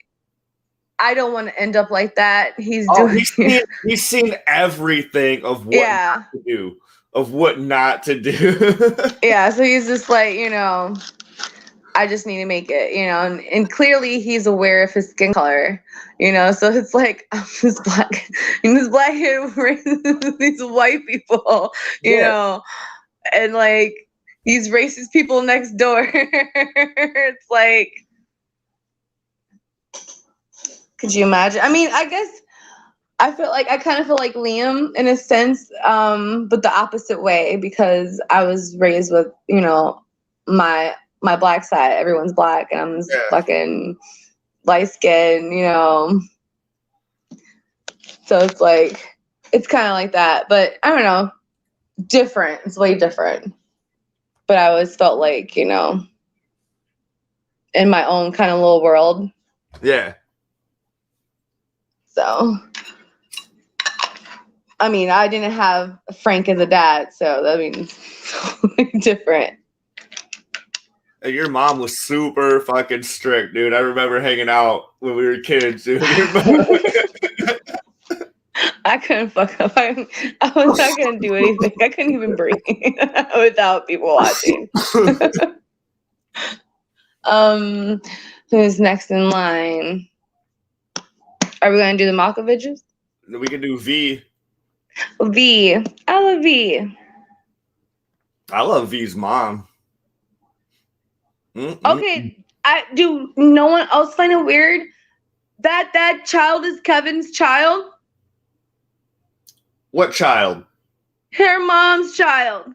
Oh yeah, that was fucked up. I mean, like how they did it was extremely fucked up. Like that's not how you surrogate. Like Like that, like they don't even talk about, like Kevin doesn't talk about my son. Like, what's the agreement? Like, this is my child. Like, you know, it thanks never the comes kid. to hang out. It never comes to hang out. You know, like it's always just the Gemma and the other. I forget the other one's name. Yeah, Gemma and Emma.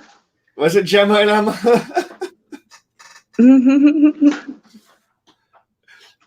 Dude, he has them fucking twisting joints or whatever because they're so good with their tiny little hands or whatever.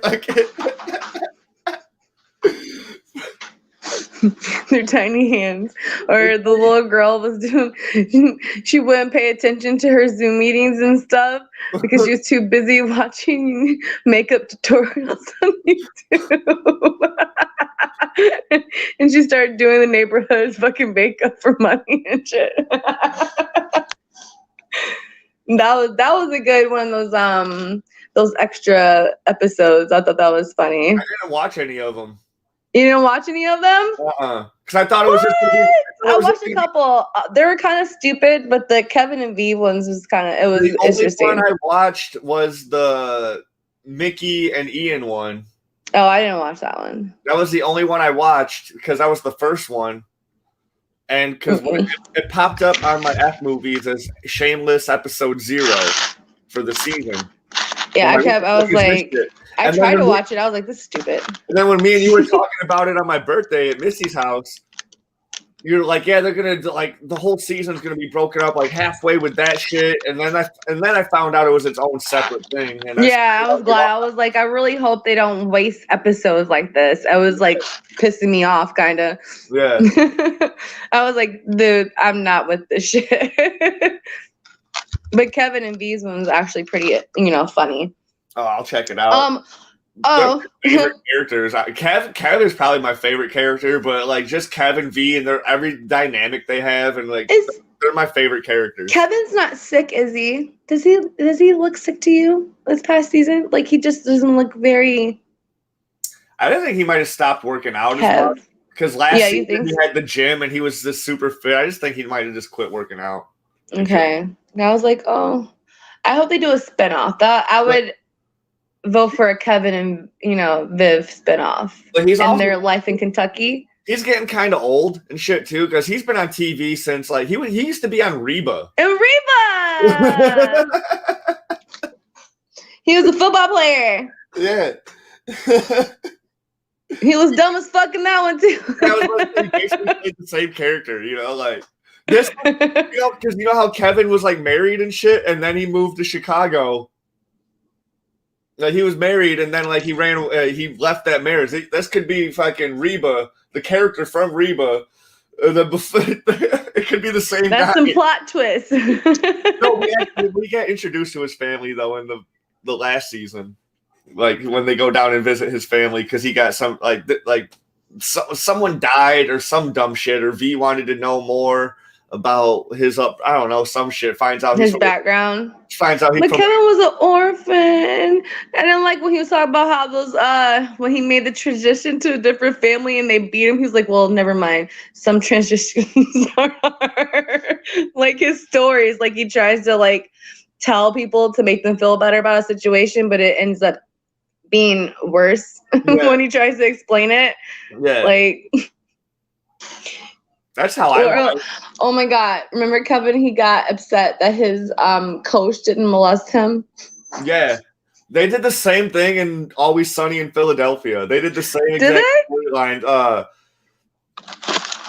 This is how it happened. Charlie and the McPoyles set up a scheme to they did this while they were drunk, and like it was actually Charlie's idea, like during a drunk party night, whatever. But then the McPoyles went out of their way to frame their old high school coach for molesting kids, whatever. And then Mac was sitting there all like, wait, like Charlie, you got molested? Like you guys all got molested? Like why didn't I get molested? And he goes like to the coach's house where like he's trying to dress all skimpy, all like trying to get him to like feel his leg and stuff.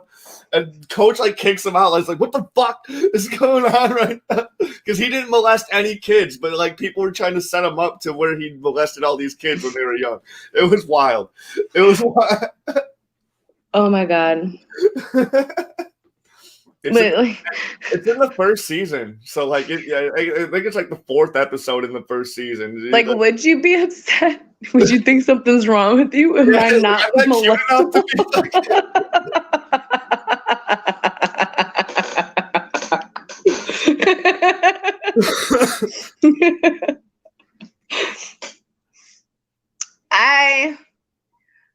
I give Kevin and Viv a 10. Like, come on. That's like.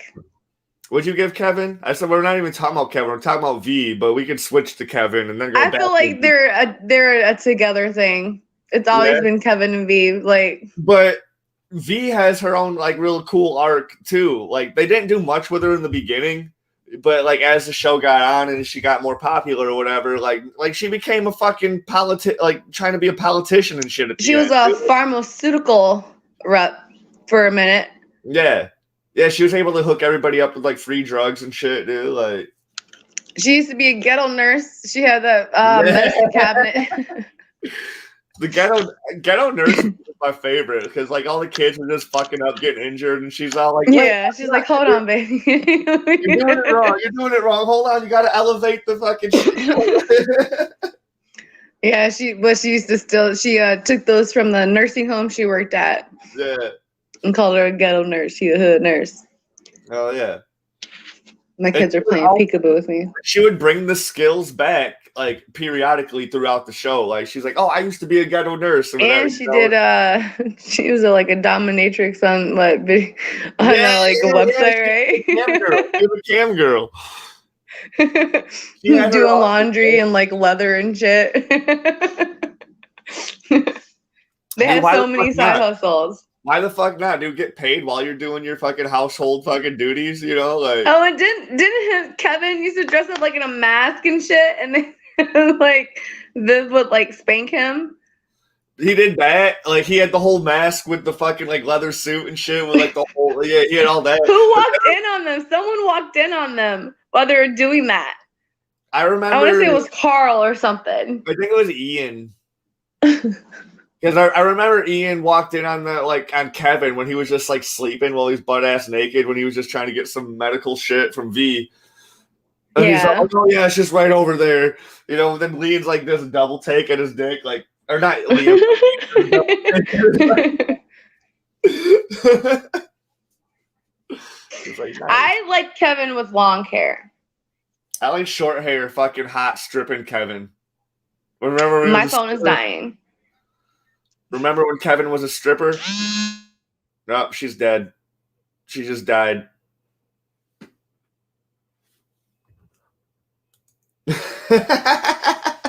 Toya just died. Well, her phone did.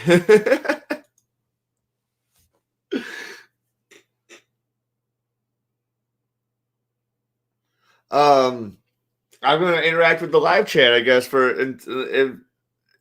see if she comes back or not. I'll give her fucking 20 minutes. I'll give her 20 minutes to see if she comes back or not. Yeah, dude, we're talking about Shameless, dude. Come on, get it together, Jake. Do some reading. Just like Brittany up here, like share the link to Toya's her businesses or whatever. And I'm like, the link is in the description on the fucking thing. Oh, dude, yeah, Toya's dead. Toya died. She'll be back. She'll be back. She'll be back. I'll pull this back up just so everyone knows what's going on. Pull this up. Unless someone else wants to jump in, I could send anyone the StreamYard link. You want to fucking tune in? Or you want to chat about Shameless for next, I don't know, half hour or so? Jake, you want to jump in, dude? I haven't talked with you in a while, man, besides fucking talking shit to people on my Facebook. Liz, do you want the fucking link? You still watching, Liz? Like, you want the link? I haven't talked with you like in person. Like in person. Like, I would consider this in person since like high school. I swear to God, it's probably been since high school. So that's long overdue.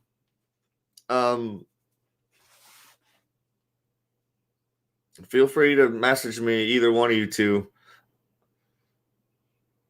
Laura, if you're still on, you're probably not. You have to work. You're a mom. I mean, Liz is a mom too, but Liz is a fucking animal at the same time. Never seen Shameless. The fuck? You better get to it, man. It's a wild ride. It's a wild ride, my guy. Man, we didn't even get to Frank, the main guy, the main character, basically. I mean, there's like 12 main characters. It's like Final Fantasy VI.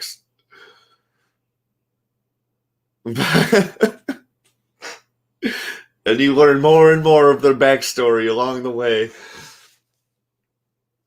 It's longer than Final Fantasy VI, though.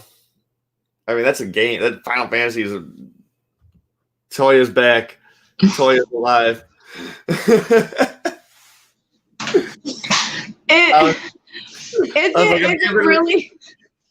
it really a good show if I don't die a couple of times?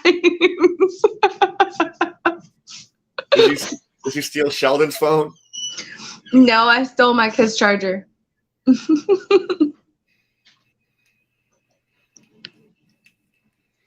And now he's really going to be waiting for me to return his stuff. You were saying before you died that you liked long hair Kevin, and I was disagreeing how I like short hair stripper Kevin the best. Remember when Kevin was a stripper at the gay bars trying to make money? That was... I do, but I still like the long hair. I don't know what's with the long hair. But he looked cute. I don't know. He just looked like every other white guy that dates a black chick. The short hair. It's looking like me right now. Shut the fuck up.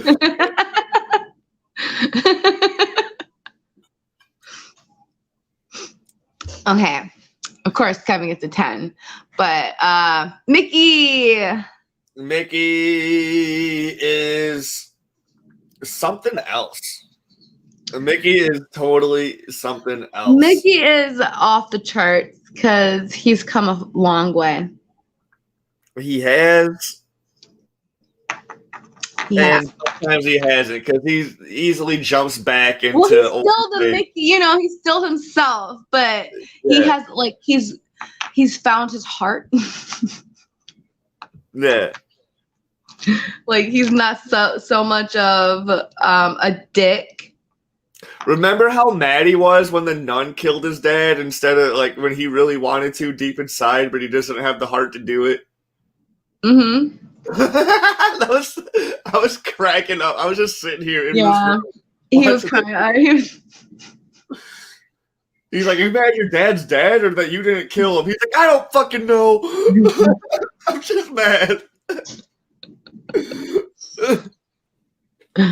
Oh, but like, wasn't it? He was like, he wanted to check on his dad, didn't he? Like, just make sure he was okay.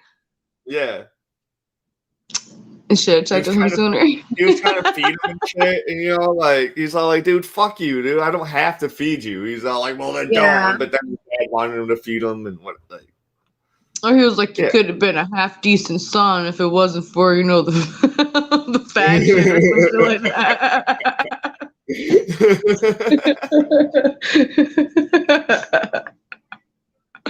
I was like, "Oh, that's kind of sweet, I guess." Yeah.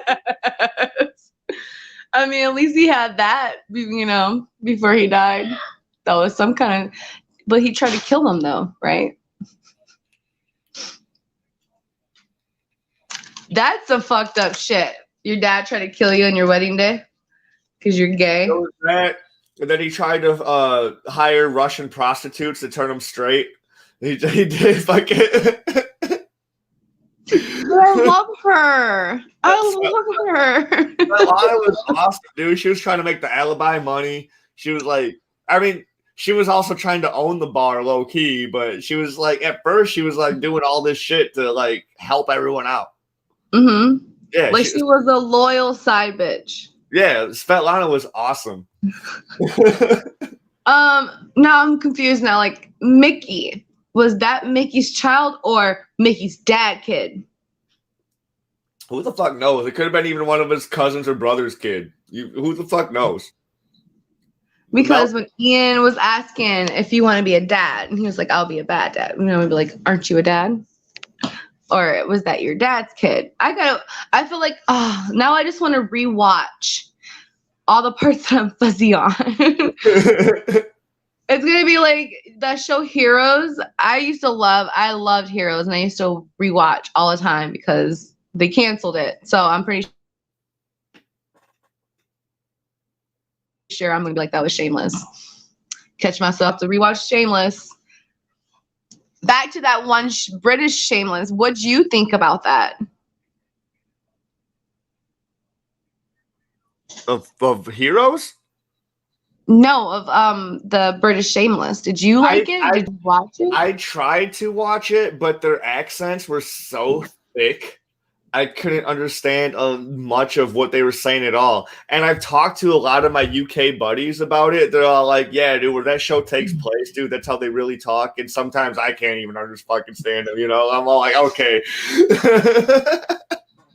I'm pretty sure it's like that in the street of London. I feel like Chicago was more realistic.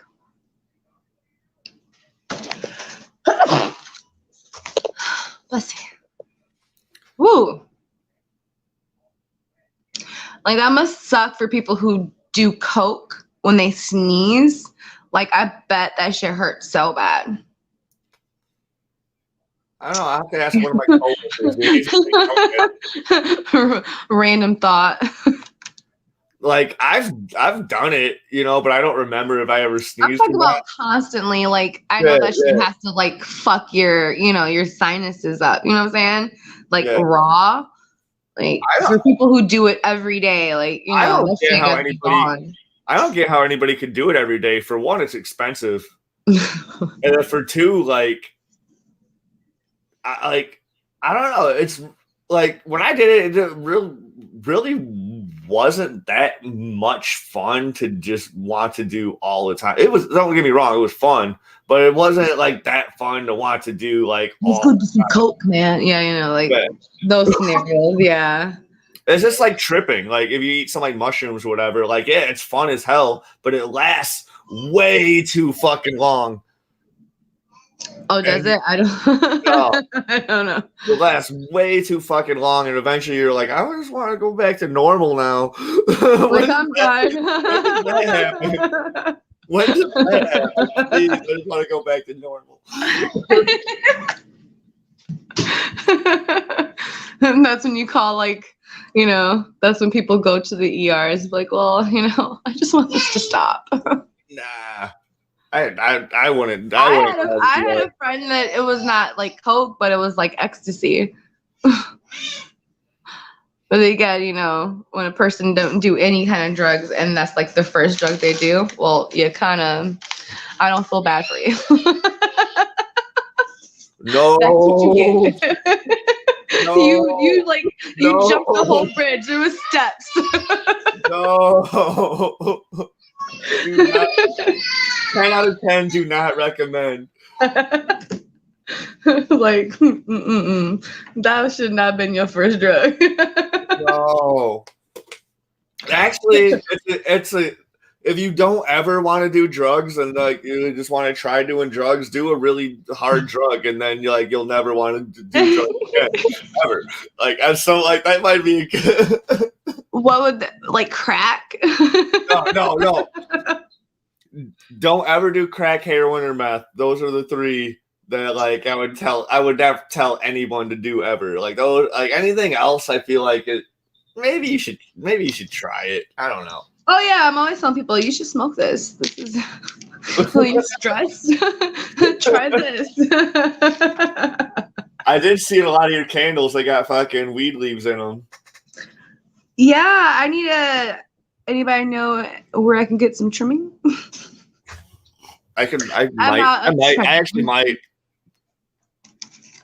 But I can't. I enjoy making those. Those are fun to make, and I make them with real weed, so it stinks. Good. I tell them it smells like smoking a joint on your porch when it's raining. So that's the smell. Dude, that's quaint. Right? Well, yeah. Perfect.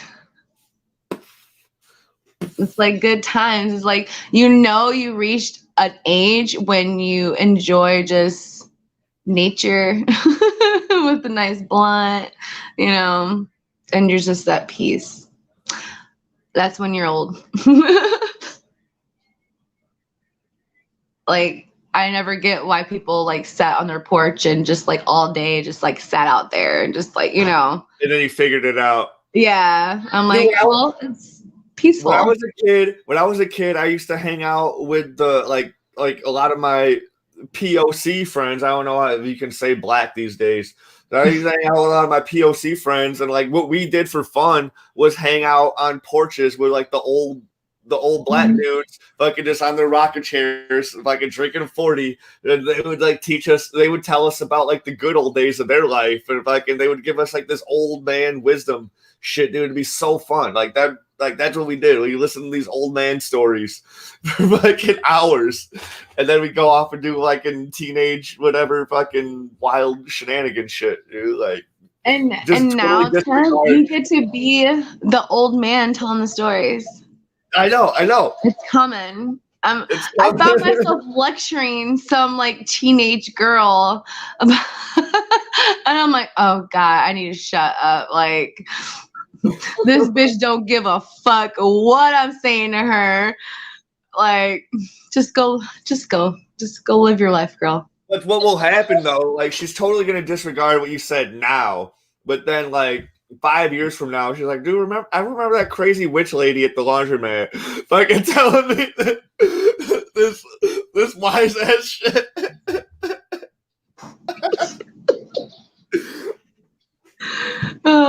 It's totally I hope one can hope. One can hope. I hope she does. You're like, oh, that's what that bitch is talking about.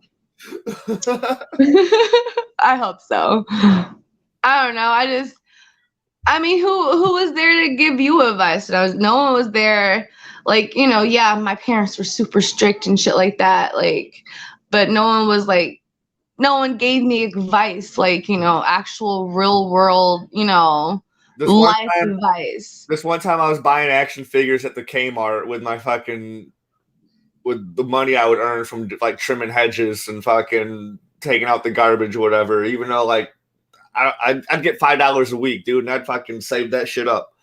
So I'd ride my bike to Kmart, and this one homeless man was yelling at me for buying toys at Kmart. He's like, what kind of investment is that? He's basically yelling at me for fucking buying toys. And then my grandmother would buy me toys and be like, don't open them.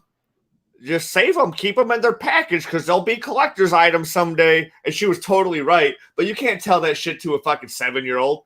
You know, like, no, I'm playing with my fucking toys. Bitch, fuck money. I'm trying to have fun. I mean, you bought me this dope ass fucking Wolverine action figure, and you expect me not to fucking play with it if I can go and around. And that's why I call grandma, like, Grandma, why'd you give me that toy? Why couldn't you just put me up in the closet? Why? Why'd you give me that? You know I don't take care of nothing. Better yet, Grandma, like, yeah, if you're buying me toys, you keep them. Right? Put it away for me. And when I turn 18, be like, here, this shit's worth a lot of money. I thought this was 7. And I'll be like, dope. Dude, think like Monica, dude. Save us some fucking meth for when you die so we can sell that shit. And like, damn, are there like really parents out there that like are like that? Like, Lord have mercy. Like, I feel like they had to base their characters off something. Like, I feel like just like the base of the characters are just too real to be just like false characters. Like, these gotta be somebody. This gotta be somebody characters off like these writers like life. Like, you're just not gonna make up these stories. Every character and what they went through is totally believable, and just like it all wraps up. Sometimes there's parts where it's over the top, where like, especially the very last episode. We still haven't even got to Frank, even though we talked about Frank throughout the thing. But like, he did have a character arc. Like, yeah, he was always on some fuckboy wild shit. But then like, there's those moments where he actually does like give a fuck about the family. But then like, they always kind of turn it around to him just trying to do some manipulative tactics to fucking do whatever. And like, but like, you always see where he's coming from, and he's not coming from like a dark place. Like, he's not being a bad person because like to be a bad person. Like, in his own sick, twisted mind, the bad shit he does is for like the right reasons. Like when he found out the family needed money in this very last season, and he did the heist. He did the heist all by himself after spending a whole episode trying to recruit his old fucking heist crew. And he ended up doing it with dementia on his own to fucking get this painting that's worth millions of fucking dollars. And then like Lip sells it for like $20 or some shit, dude. Like we need to get this shit out of the house, dude. Like, the bad shit that Frank does is never, I can't say never, but most time is not in a dark place. It's always for some sort of reason that you could see in his twisted mind that he feels is justified. There are a lot of his moments where he just wants to just be a fucking fuckhead, get drunk, do drugs, and party or whatever. But I feel like the times where he does the wild shit for his family outweigh the stuff he does the wild shit just to be a fucking animal. Yeah. Frank does look out for Frank, but he makes sure sometimes, like, when he can't, his loved ones are taken care of. Like, you know, if they really, really need him, then he's there. I feel like, you know, he did the most for Liam that we could see. He's like, he really fought hard into trying to get him in the good school and like did all this sort of shit. And I remember he was supposed to pick up Franny in this last season. He just didn't know the name of the school, whatever. And like, I was like, well, that's just Frank being Frank, like whatever. But like, Frank knows the fucking whole city off the back of his hand, dude. Like, he scammed everybody from the fucking north side to the fucking south side, dude. Like,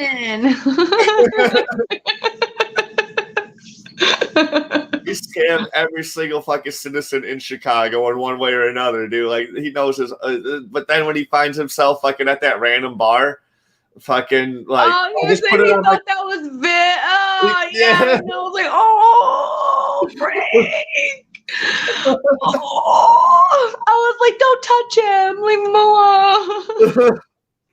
Like, he's not like, you know, the same fucking asshole that you want to get dropped off the, you know, the bridge, you know what I'm saying? Yeah. And abandoned and, you know, Canada. I want to say with Steve Canada. Oh my God. Like, he's not the same Frank. Like, you know, you actually feel for him. Like, you know, you do the background and like his mom was a piece of shit. Like, no wonder, like, you know. And maybe his mom was a piece of shit. He wouldn't have fall for like Monica and, you know. So it's like he said when he was floating up in the air, like he lived it by, he wished he partied more, you know. He had no like regrets, you know what I'm saying? Yeah. So, I mean, fuck. I mean, I kind of, you know, part of me wish I could live with like Frank, but like a cleaner version.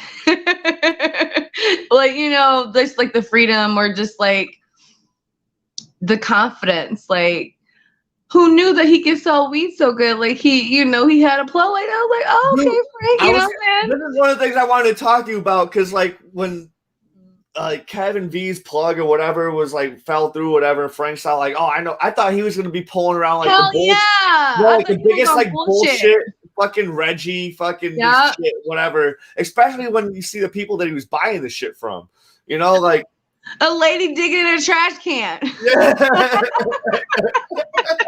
It turns out being awesome, and then he's fucking breaking down like, this is how I talk. This is the exact same shit when I was teaching Missy how to cook weed butter. Fucking like he's like, oh, you gotta sift it, you gotta fucking do all the, like, he was going through all the right steps, and I was like, Frank knows what he's talking about, dude. Like, yeah, I was like, he knows what he's talking about. I didn't think it was gonna end with Frank dying, though. I was kind of thinking, you know, he's a fucking asshole, drunk, banned his kids, always ends up like unwanted, you know, because he's such a fucking dick. But then again, I don't know. He still loves them, so he still tried, you know, with the whole Franny thing. He got her tattooed, you know, name tattooed and shit like that. Yeah. Debbie comes and fucking. Well, like Debbie named her daughter after, like, she named her Frances. Yeah, but Frances. Debbie really did love Frank, like when she was younger and shit like that. You know what I'm saying? Like she tried so hard and stuff. Like she was like the only one worried when Frank went missing and shit. Yeah. Like, and then Carl was another kid that, you know, cared about Frank, and then, you know, Frank is Frank. Frank. 2 babies. Like, who does that? Who impregnates their girlfriend at the time with your son's sperm? And then when said kids are born and crazy lady runs off because of course she's not going to be a good mom, and her husband comes knocking on the door and dropping off the babies, like,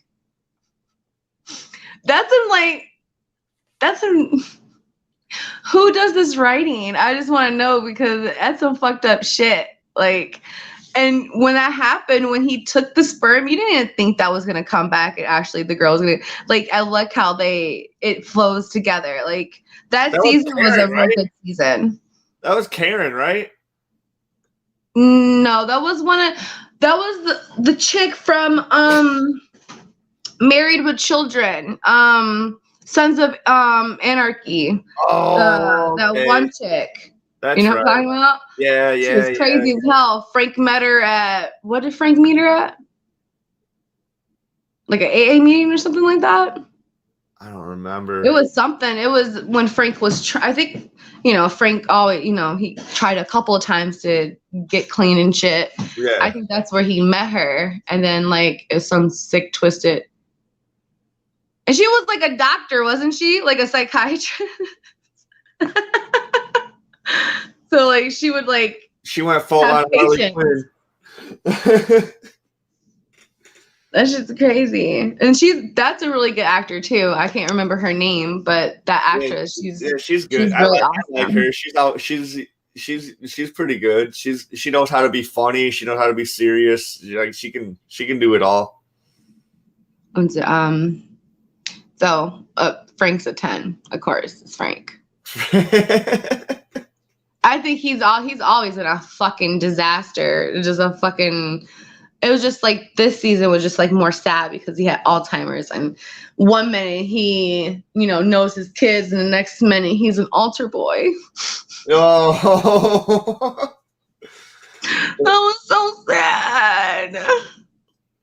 And like, what happened at the hospital? Did like the overdose like really like what like why did he die? Like, was it the Alzheimer's, or was it had to do something with the drugs? Like, I think it might have been like everything, just his whole body just like shutting down or something. Like down, just hitting him at once, dude. Like, because the drugs probably stayed up because he did those, and then like he all of a sudden he woke up, like It might have been like the stuff, a shock of adrenaline or something. It could have been like hospital stuff interfecting with whatever, like because he did heroin recently, but it should have been mostly out of his system by the time he was wandering around, being on some Frank shit, being an altar boy. That was so sad. And I'm like, oh my, it just makes me think like, I don't ever want to have, what if I have dementia? Like when we're old, like a little old lady with dementia, I'm like wondering, like now it got me thinking like, think about the future. It was so difficult trying to like visit my grandmother in the nursing home when she was real bad. Like, first of all, nursing homes just scare the fuck out of me because like it's just all these old people everywhere, and sometimes they think you're their relative or some shit. Well, there's a lot of people that have it together. They just like their families just don't give a fuck. But then there's just a lot of people. Like my grandmother was thinking like everyone's stealing money from her, and like, Grandma, you don't have any money. Like everybody stole it from her.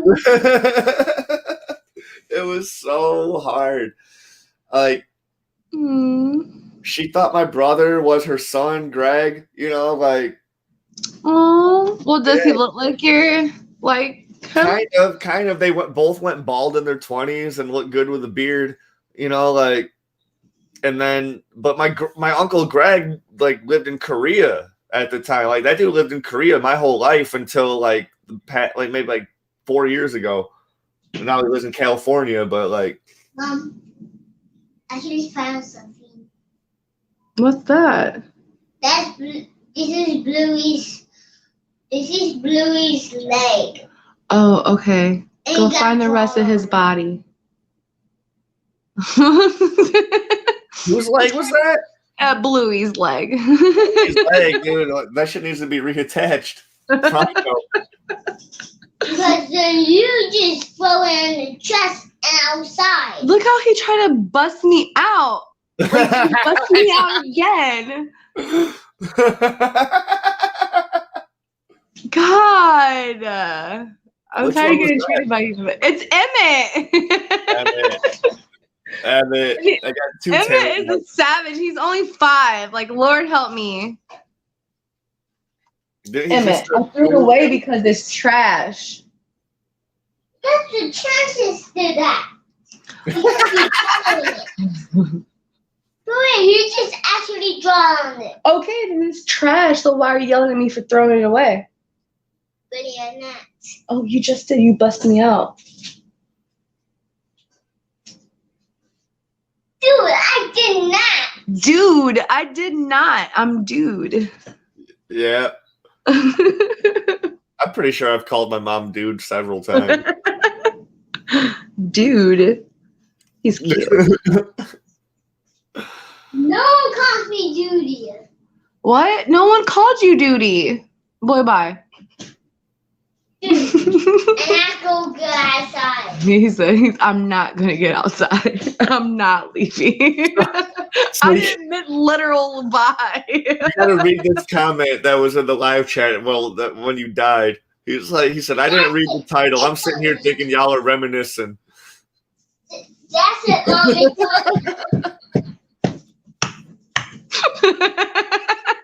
I mean, we did do a little bit of that, but I love how when we do it, we're like all over the place. Like we pause the conversation, we end up in some other random conversation, but we go back to the original conversation. That's how it happens, dude. Like I crosscast. Like I used to do WeinerCast with these two dudes who ended up forming their own podcast, and every time we'd podcast together, we just go off on these tangents.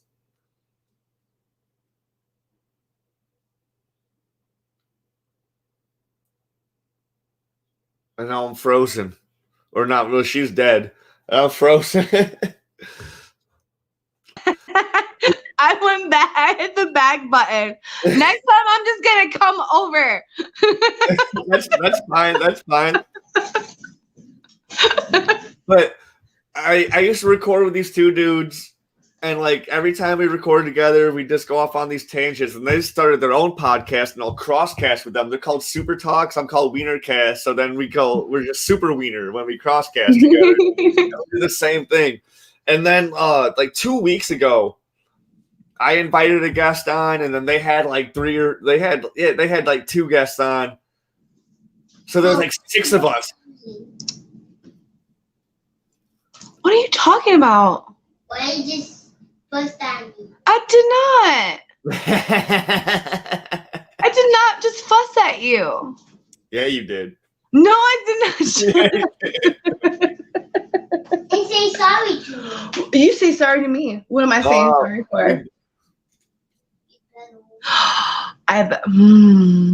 Boy. Who are you talking to like that? You, dude. Would you go watch TV? Or do you want to go to bed? Because it is 11 o'clock and most 5-year-olds are in bed by now. But it's on YouTube. Okay, so go watch YouTube. He just took his hat off. So there was 6 of us trying to talk about Godzilla, Falcon and the Winter Soldier, and some other shit. And then we just spent the whole 2 hours talking about Godzilla versus Kong. And then it ended up being like a whole 4-hour cast because we still had to get to the other shit. You know, we spent like the whole fucking 2 hours just talking about a movie that was like an hour and a half long. Oh, we got shit to talk about.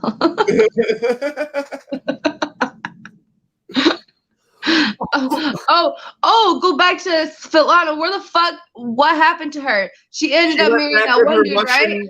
She went back with her like Russian dude, like that. Like the whole time he's been keeping an eye on her for her to be on some scamming these Americans shit. Oh, that's the dude that she said was her brother. It was her brother, but it was like her husband or whatever. Because when they kept on walking in on them fucking and shit, they're all like, "Well, I guess that's how you do things in Russia." I don't know. Kevin's on some weird shit. And then she she kidnapped one of the girls that she used to be like a sex slave with or some shit like that, so she can marry her old husband.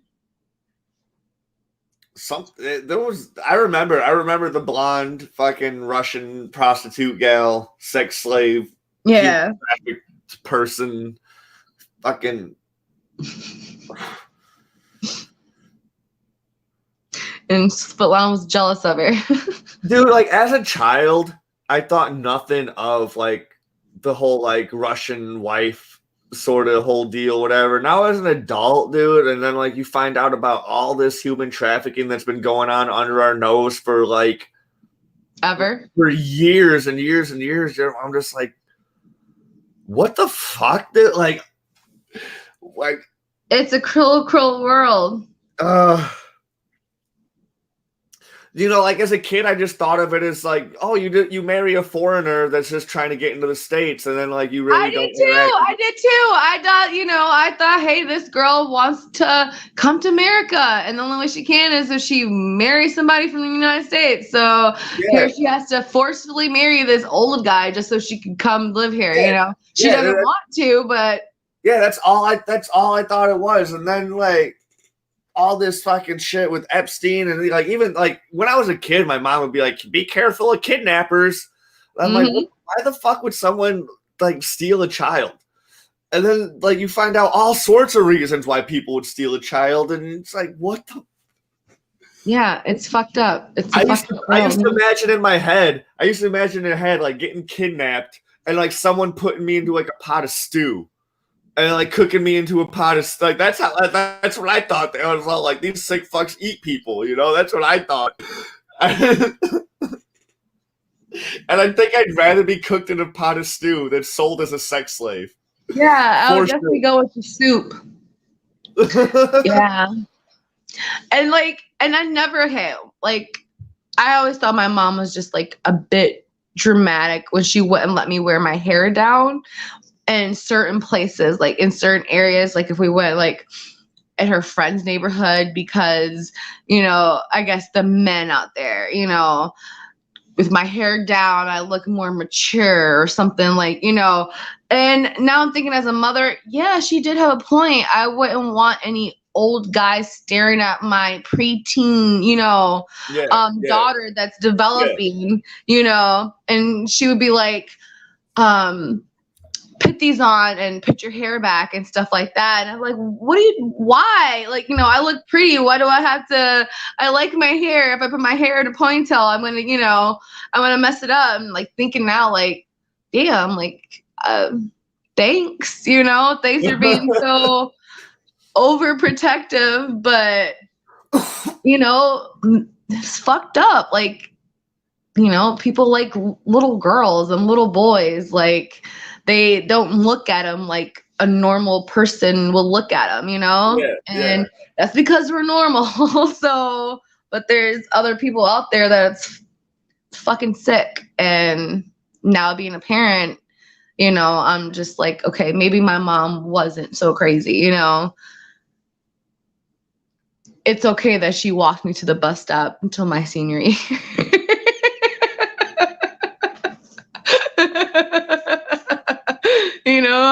I mean, hey, it was extreme, but I get it, I guess I was kidnappable. So, I'm glad I wasn't sold to a sex slave trade. So it's a good thing having strict parents. It comes in handy. I could see if my mom really didn't care, shit, anything happens. Now I'm parent. I'm my 13-year-old son. I make sure he texts me before he gets to school. Let me know when you walk in. I need to know when you're on the way home. They kidnap boys too out here. Yeah, it's. I remember having to fucking check in anytime I went somewhere. So if I was at the park, I would call collect. And I would be like, no, I'm at the park right now. Oh, school, you said. Because you don't want to because you didn't want to have to pay for charges and shit. Because phone bills, oh my God, I used to, all my aunts and uncles and shit live out of town. So I would make long distance phone calls, whatever, call up one of my aunts or whatever. And the next thing you know, my mom's bitching about, who the fuck do you call long distance? I was all like, I called Uncle John, dude. I'm visiting Florida next month, dude. I wanted to, Yeah. Baby, okay, what's wrong? What do you want? Say sorry to me. Why do I have to say sorry? Yo, my son is really going hard and really wants me to say sorry. I meant sorry for whatever I did. Okay? Stop staring at me like that. He knows you're not sincere. He's so emotional for 5. Well, yeah, because you killed his toy and threw it away. And I didn't even do anything to Bluey. Oh my God. Do you even know what Bluey is? No. He's this fucking, the healer dogs, right? You know that breed. Well, It's a fucking cartoon, Bluey. It's annoying as fuck. It's in the level of Peppa Pig and fucking Caillou. Okay? Okay. It's that annoying. So it's not anything cool like Arthur or No, it's just 2 kids, Bluey and Bingo, 2 little dogs, and their parents, and they be, talk about their feelings and stuff. So that's why he'd be like, Mom, say sorry. That's why because he gets it from Bluey. They appear exactly little bitches. It's not a bad thing. It seems like it's a show that opens up how to try to communicate. I didn't even do anything. Damn, I've been here. What did I do? He's the one who told me he found Bluey's leg, and then he apparently came to his head like, "Hey, bitch, you threw the rest of them away." Say sorry for throwing my trash away, Mom. And Chance tried to make it so it dies here. Guys, stop drawing on the teddy bears. Jeez. No, it's Chance. Chance doesn't do anything bad ever. Oh no, Chance says it's Emmett. It's a back and forth thing. It's either it's he never does anything, it's Chance, and Chance never does anything, it's Emmett, or they'll blame Tanner. Let's blame the oldest. How's your little daughter doing? That was at my birthday party, dude. She was cracking me up that whole night, dude. I love that child so much. She is KO'd because she has all that energy and she burnt out. Thank God. So she's out for the night. She stayed up until 2:00 last night. Next time I see that kid, I'm gonna be giving her some Starburst, man. 'Cause she's earned that shit. She has this natural high. I wish I could have her energy. She wakes up, she wants to eat a jar of pickles. That's my daughter. Hell yeah! Hell yeah! She woke up. That's the first thing. She went in the refrigerator. She grabbed the jar and she brought it to me. She was like, breakfast. My mom used to buy those fucking giant jars from like Sam's Club, dude. Like, and I would just go to town on that. That shit would last me one sitting.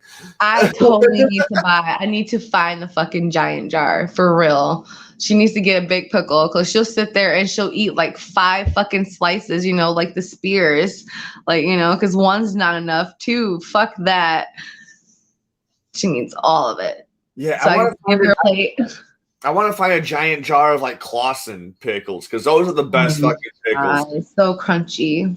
I don't know if you watched my pickle review that I did with my friend. Did a pickle review? I did a pickle review.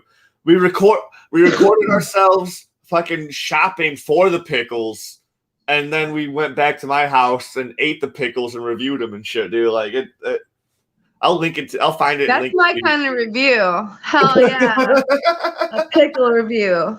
I still have pickles in my fridge because I didn't like a lot.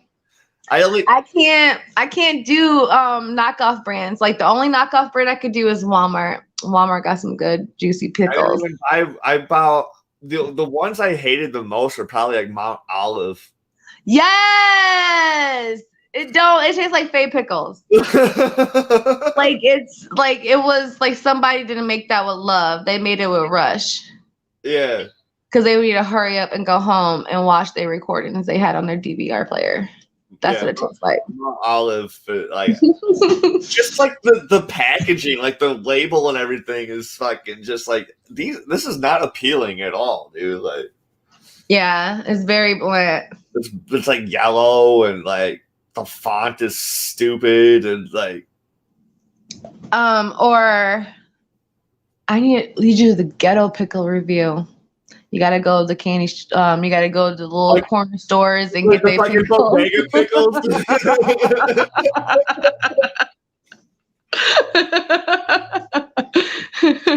The big juicy motherfuckers. Those are always good. Like the bodega. They are.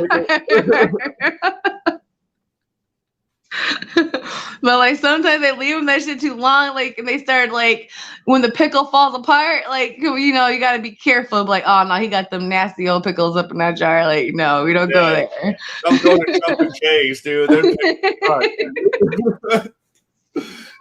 You got to go to the Clarks over there on fucking Auburn. Yeah, and it's like. What do you consider real pickles? Like the cucumber pickles? Like, you know what I'm saying? Like, what do you look for? Like, that's what I look for. Like, when I go to like dairy fairs and shit like that, it got to be like the ice cold, like cucumber pickle. Like, just I hate the pickles you could put on a fucking toothpick. Yeah. All those in the trash. They're sweet. Ugh. Bread and butter pickles. Exactly. Ugh. Throw that shit in the trash. Like, I go to my aunt's house that lives in Cherry Valley on fucking Christmas Eve and shit. She's got them in a fucking tray. And I'm like, you got I gotta white people. I gotta smell the pickles. I'm like, nope. That's that sweet shit. Pickles aren't meant to be sweet. You don't eat them anyway just because they're pickles, and you like hate yourself while you're eating them. I do, and you're like.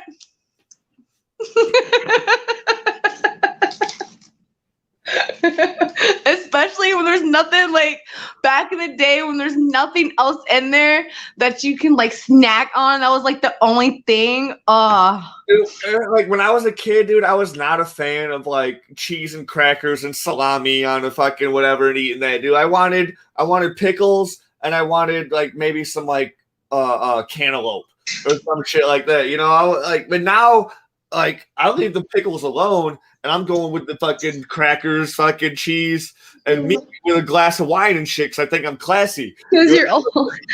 I think our taste palates change as the older we get. Like, I don't know. Like, have you tried liver cheese? I'm very shocked that I'm saying this, but liver cheese is pretty good, and I'm very. I don't know if I've ever had it ever. On crackers, and it's only on Ritz crackers, and I was pretty surprised that it tastes good. No, that shit's fire. Yeah, I was really surprised. And I remember being younger and I'll be like looking at my mom like, ugh, that's nasty. Like you're eating liver cheese. But that shit is banging though. So maybe it's like, that's why I have hope. Maybe Tanner, when he's older, he'll eat more than just chicken nuggets. You know, you want to try different stuff, you know. When I was roommates with Brandon Bell, like, and we were also co-workers, and we go out to lunch and whatever together on shop days. I'm all like, dude, let's go to China Buffet, whatever. Like, and he'd be like, all right, that sounds good. He's all like, I'm like, if you try some sushi from China Buffet, dude, I'll pay your bill. Honey, you can't use my phone for Roku because obviously I'm on my phone. I just want that.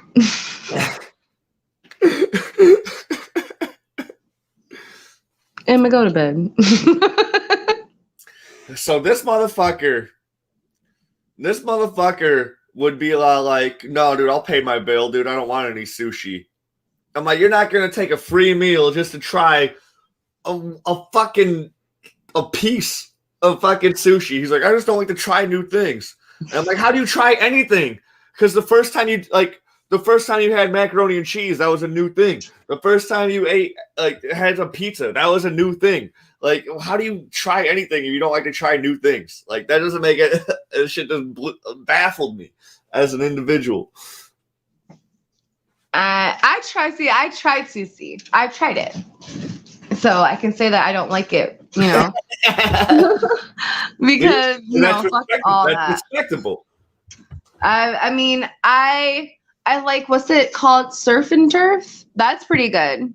Surf and turf is just seafood and steak.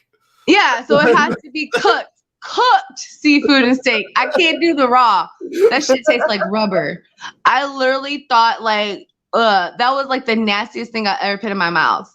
And maybe if I didn't know, I don't think I could have blocked that in my head. I don't know. If it's raw and it tastes good, it tastes good. But I guess it's an acquired taste, and that shit is nasty. Because you'll eat sandwiches, that's raw meat. Yeah, I'll fuck up a ham sandwich. I used to work in a deli. Fucking shave that shit, eat that shit right off the slicer. You know? Fuck yeah. And so I heard about like pregnant women. It's not safe for pregnant women to eat ham that's not cooked and shit like that. But that shit was delicious when I was pregnant. That shit was fire. That's the fucking Lord. Roll it over with some cheese. That's the Lord trying to tempt you.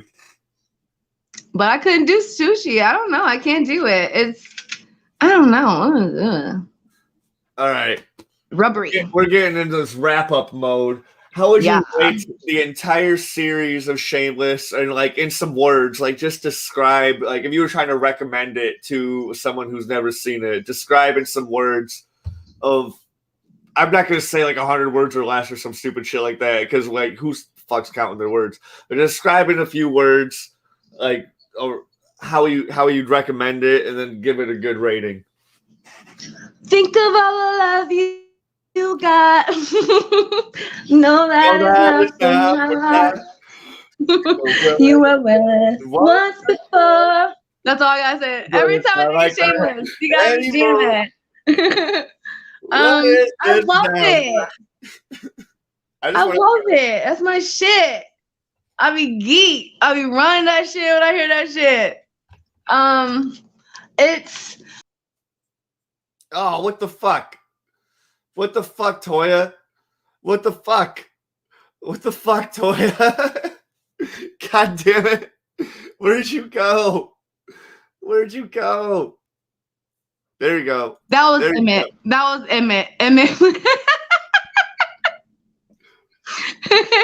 He really wants my phone for the remote. I saw it just going, like your camera was just going crazy. He was like, okay, this bitch ain't gonna give it to me, I'm about to take it. Hi, and look who woke up at 11:30. That's gonna be up all night. Yay, just in time. Oh, I love that. You being shy right now? Hi, you smiling. I love it. It's, if you have a dysfunctional family, watch it.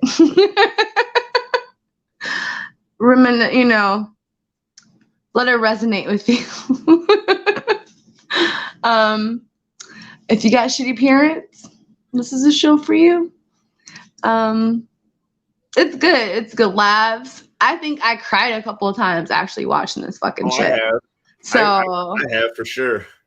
It's been a while. Like you actually watch the characters grow up, because you think you look at Carl from season 1, little chubby, little chub face, and like look at him now. It's like you actually you do watch them grow up. Debbie, look at Debbie. Now You can't say the same with Liam, because he's gone through 2 cast changes. Mm-hmm. With Liam, because like the Liam you see in season 1 is not the Liam you see in the last season. Yeah. And then I think in season 2 or 3 they recasted him again, and then they recasted him a second time. So he went through 2 cast changes, so you don't see the same Liam every time. But that also makes sense, because like maybe someone put their baby in the show, then they found out like, oh, like I don't want my baby to be in the show, Yeah, or shit changes.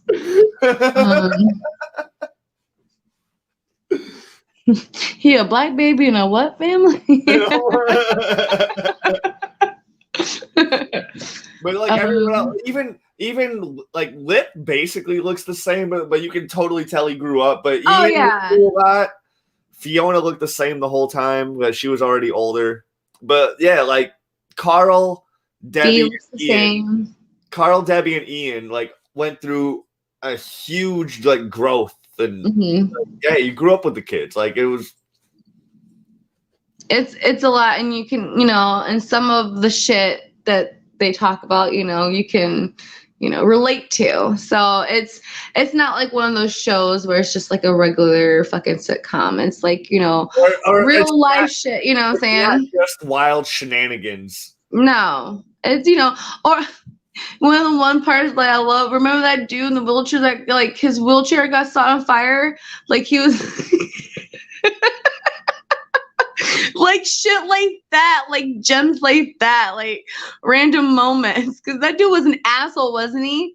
Like, and the neighborhood hated him, or was he gonna like something with Kevin? Like Kevin did something and he was gonna find out, or something, like he was gonna confess, and all of a sudden his the dude caught on fire. So it's like, okay, Kevin doesn't have to worry about it anymore.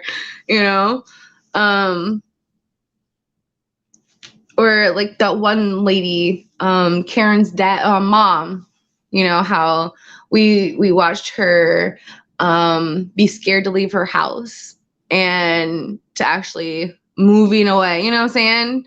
Yeah. So it's like, it's a lot to go, you know. If you watch all Supernatural, hell, fuck, watch Shameless. That's less episodes, less seasons. I really like when Carl was a cop and he's hanging out with the undercover cops, and they're like, "Oh, we got to invade the alibi next." And so then Carl is like, "I want to drive the fucking Lamborghini," and he purposely fucking lost control of the car to cause a fucking accident, so they did not have to invade the alibi. Like, Carl, you're such a sweetheart. Oh, but the cigarette lady. The cigarette lady too. Is I said, "Oh, Carl, you gave her back her wig and stuff. Carl, you're so sweet." And that's why Carl got that 10, because and I cried because look at how sad she looked and shit, man. That, like, you know, and when you think about it, when you become a cop, do you forget where you come from? Do you, you know? And Carl became a cop for the people. Like, at first, like when he was going to the military and shit, how he got kicked out, he was like, "Don't you ever come back again?"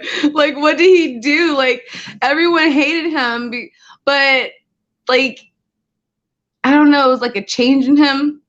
I don't know what happened, and I don't know, he just matured. He didn't, you know, become. I thought he was gonna end up killing somebody. Honestly, like Carl's character, just like, you know, how crazy and out there he was.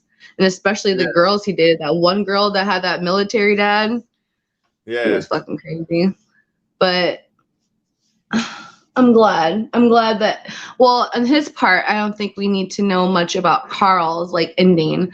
But, like, I'm still confused about Kevin and V. Like, did they settle down? Did they ever find someone to buy the alibi? You know what I'm saying? Like, that part wasn't discussed. And, you know, they didn't want to, like, it seems like when the people were coming by to buy the alibi to, like, change it into, like, completely, even V was all like, "Wait, no, dude, like, you still want this to be the bar, you know? Like, you're going to change it into some fucking coffee shop, fucking some dumb or no, like, no, dude, this is." So, like, yeah, do they do that shit? I know they're still fucking dead set on moving out, whatever, because they're gonna be making way more money and have a way better life moving to Tennessee or whatever it was.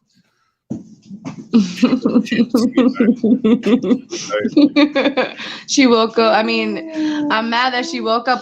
She woke up on the right side of the bed, being happy. Heck you got a good ass nap. She ready to be bad. Y'all don't even know. This is her. She about to start being a demon, and I ain't never gonna go to bed tonight. She's gonna be a sweetheart while she's being a demon. Like, she's laughing. She's laughing because she's like, I'm about to be so bad.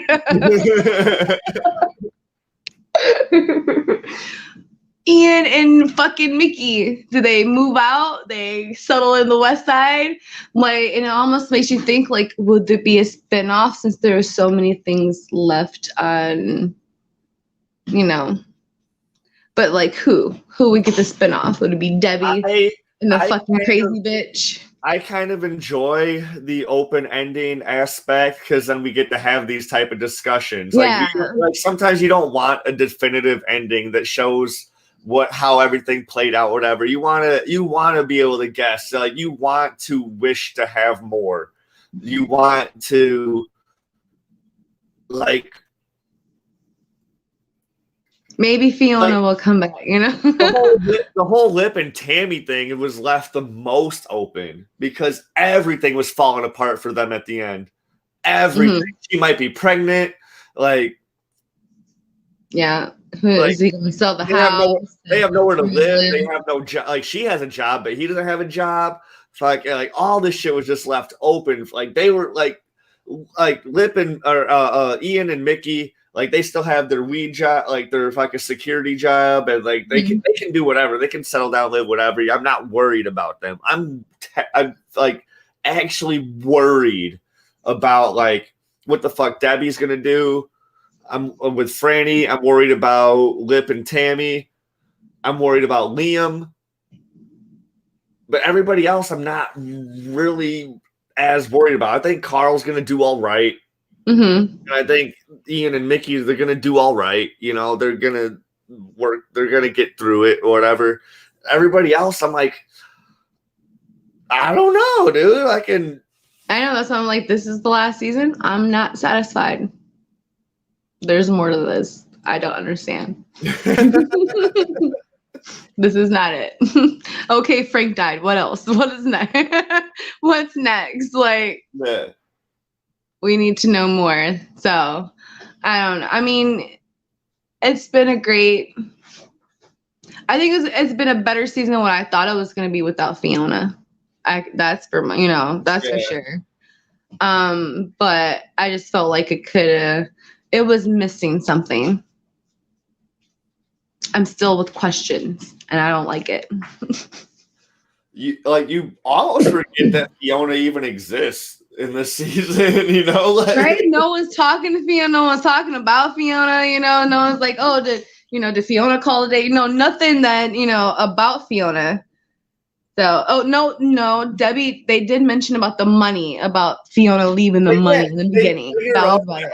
They bring her up every once in a while, but but then they just like she gets brought up, and then other shit happens until where like you forget about it. Like Frank barely mentions her in his dying monologue, fucking thing. But he did mention her. He did say that she was beautiful. Barely.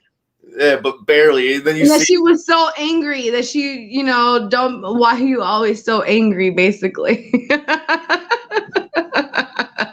You're always so angry. Yeah. I mean, hey, you stressed the fuck out of Fiona. Yeah.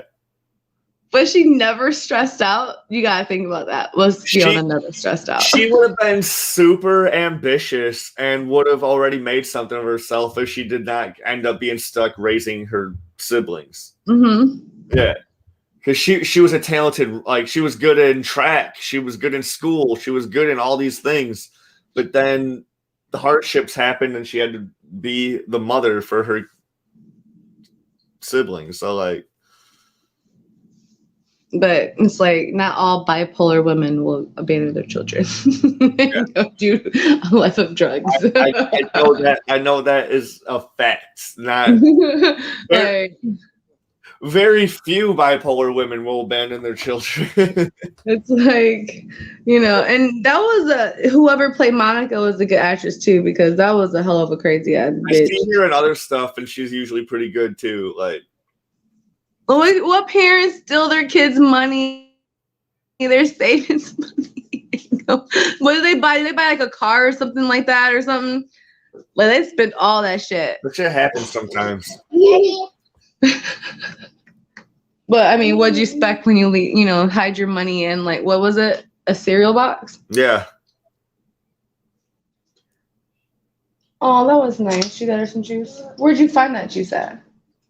In my room. In your room. It was Grandpa. Are you tired? Lord have mercy. He said no. I recommend everyone watch Shameless. It's a good time. I do.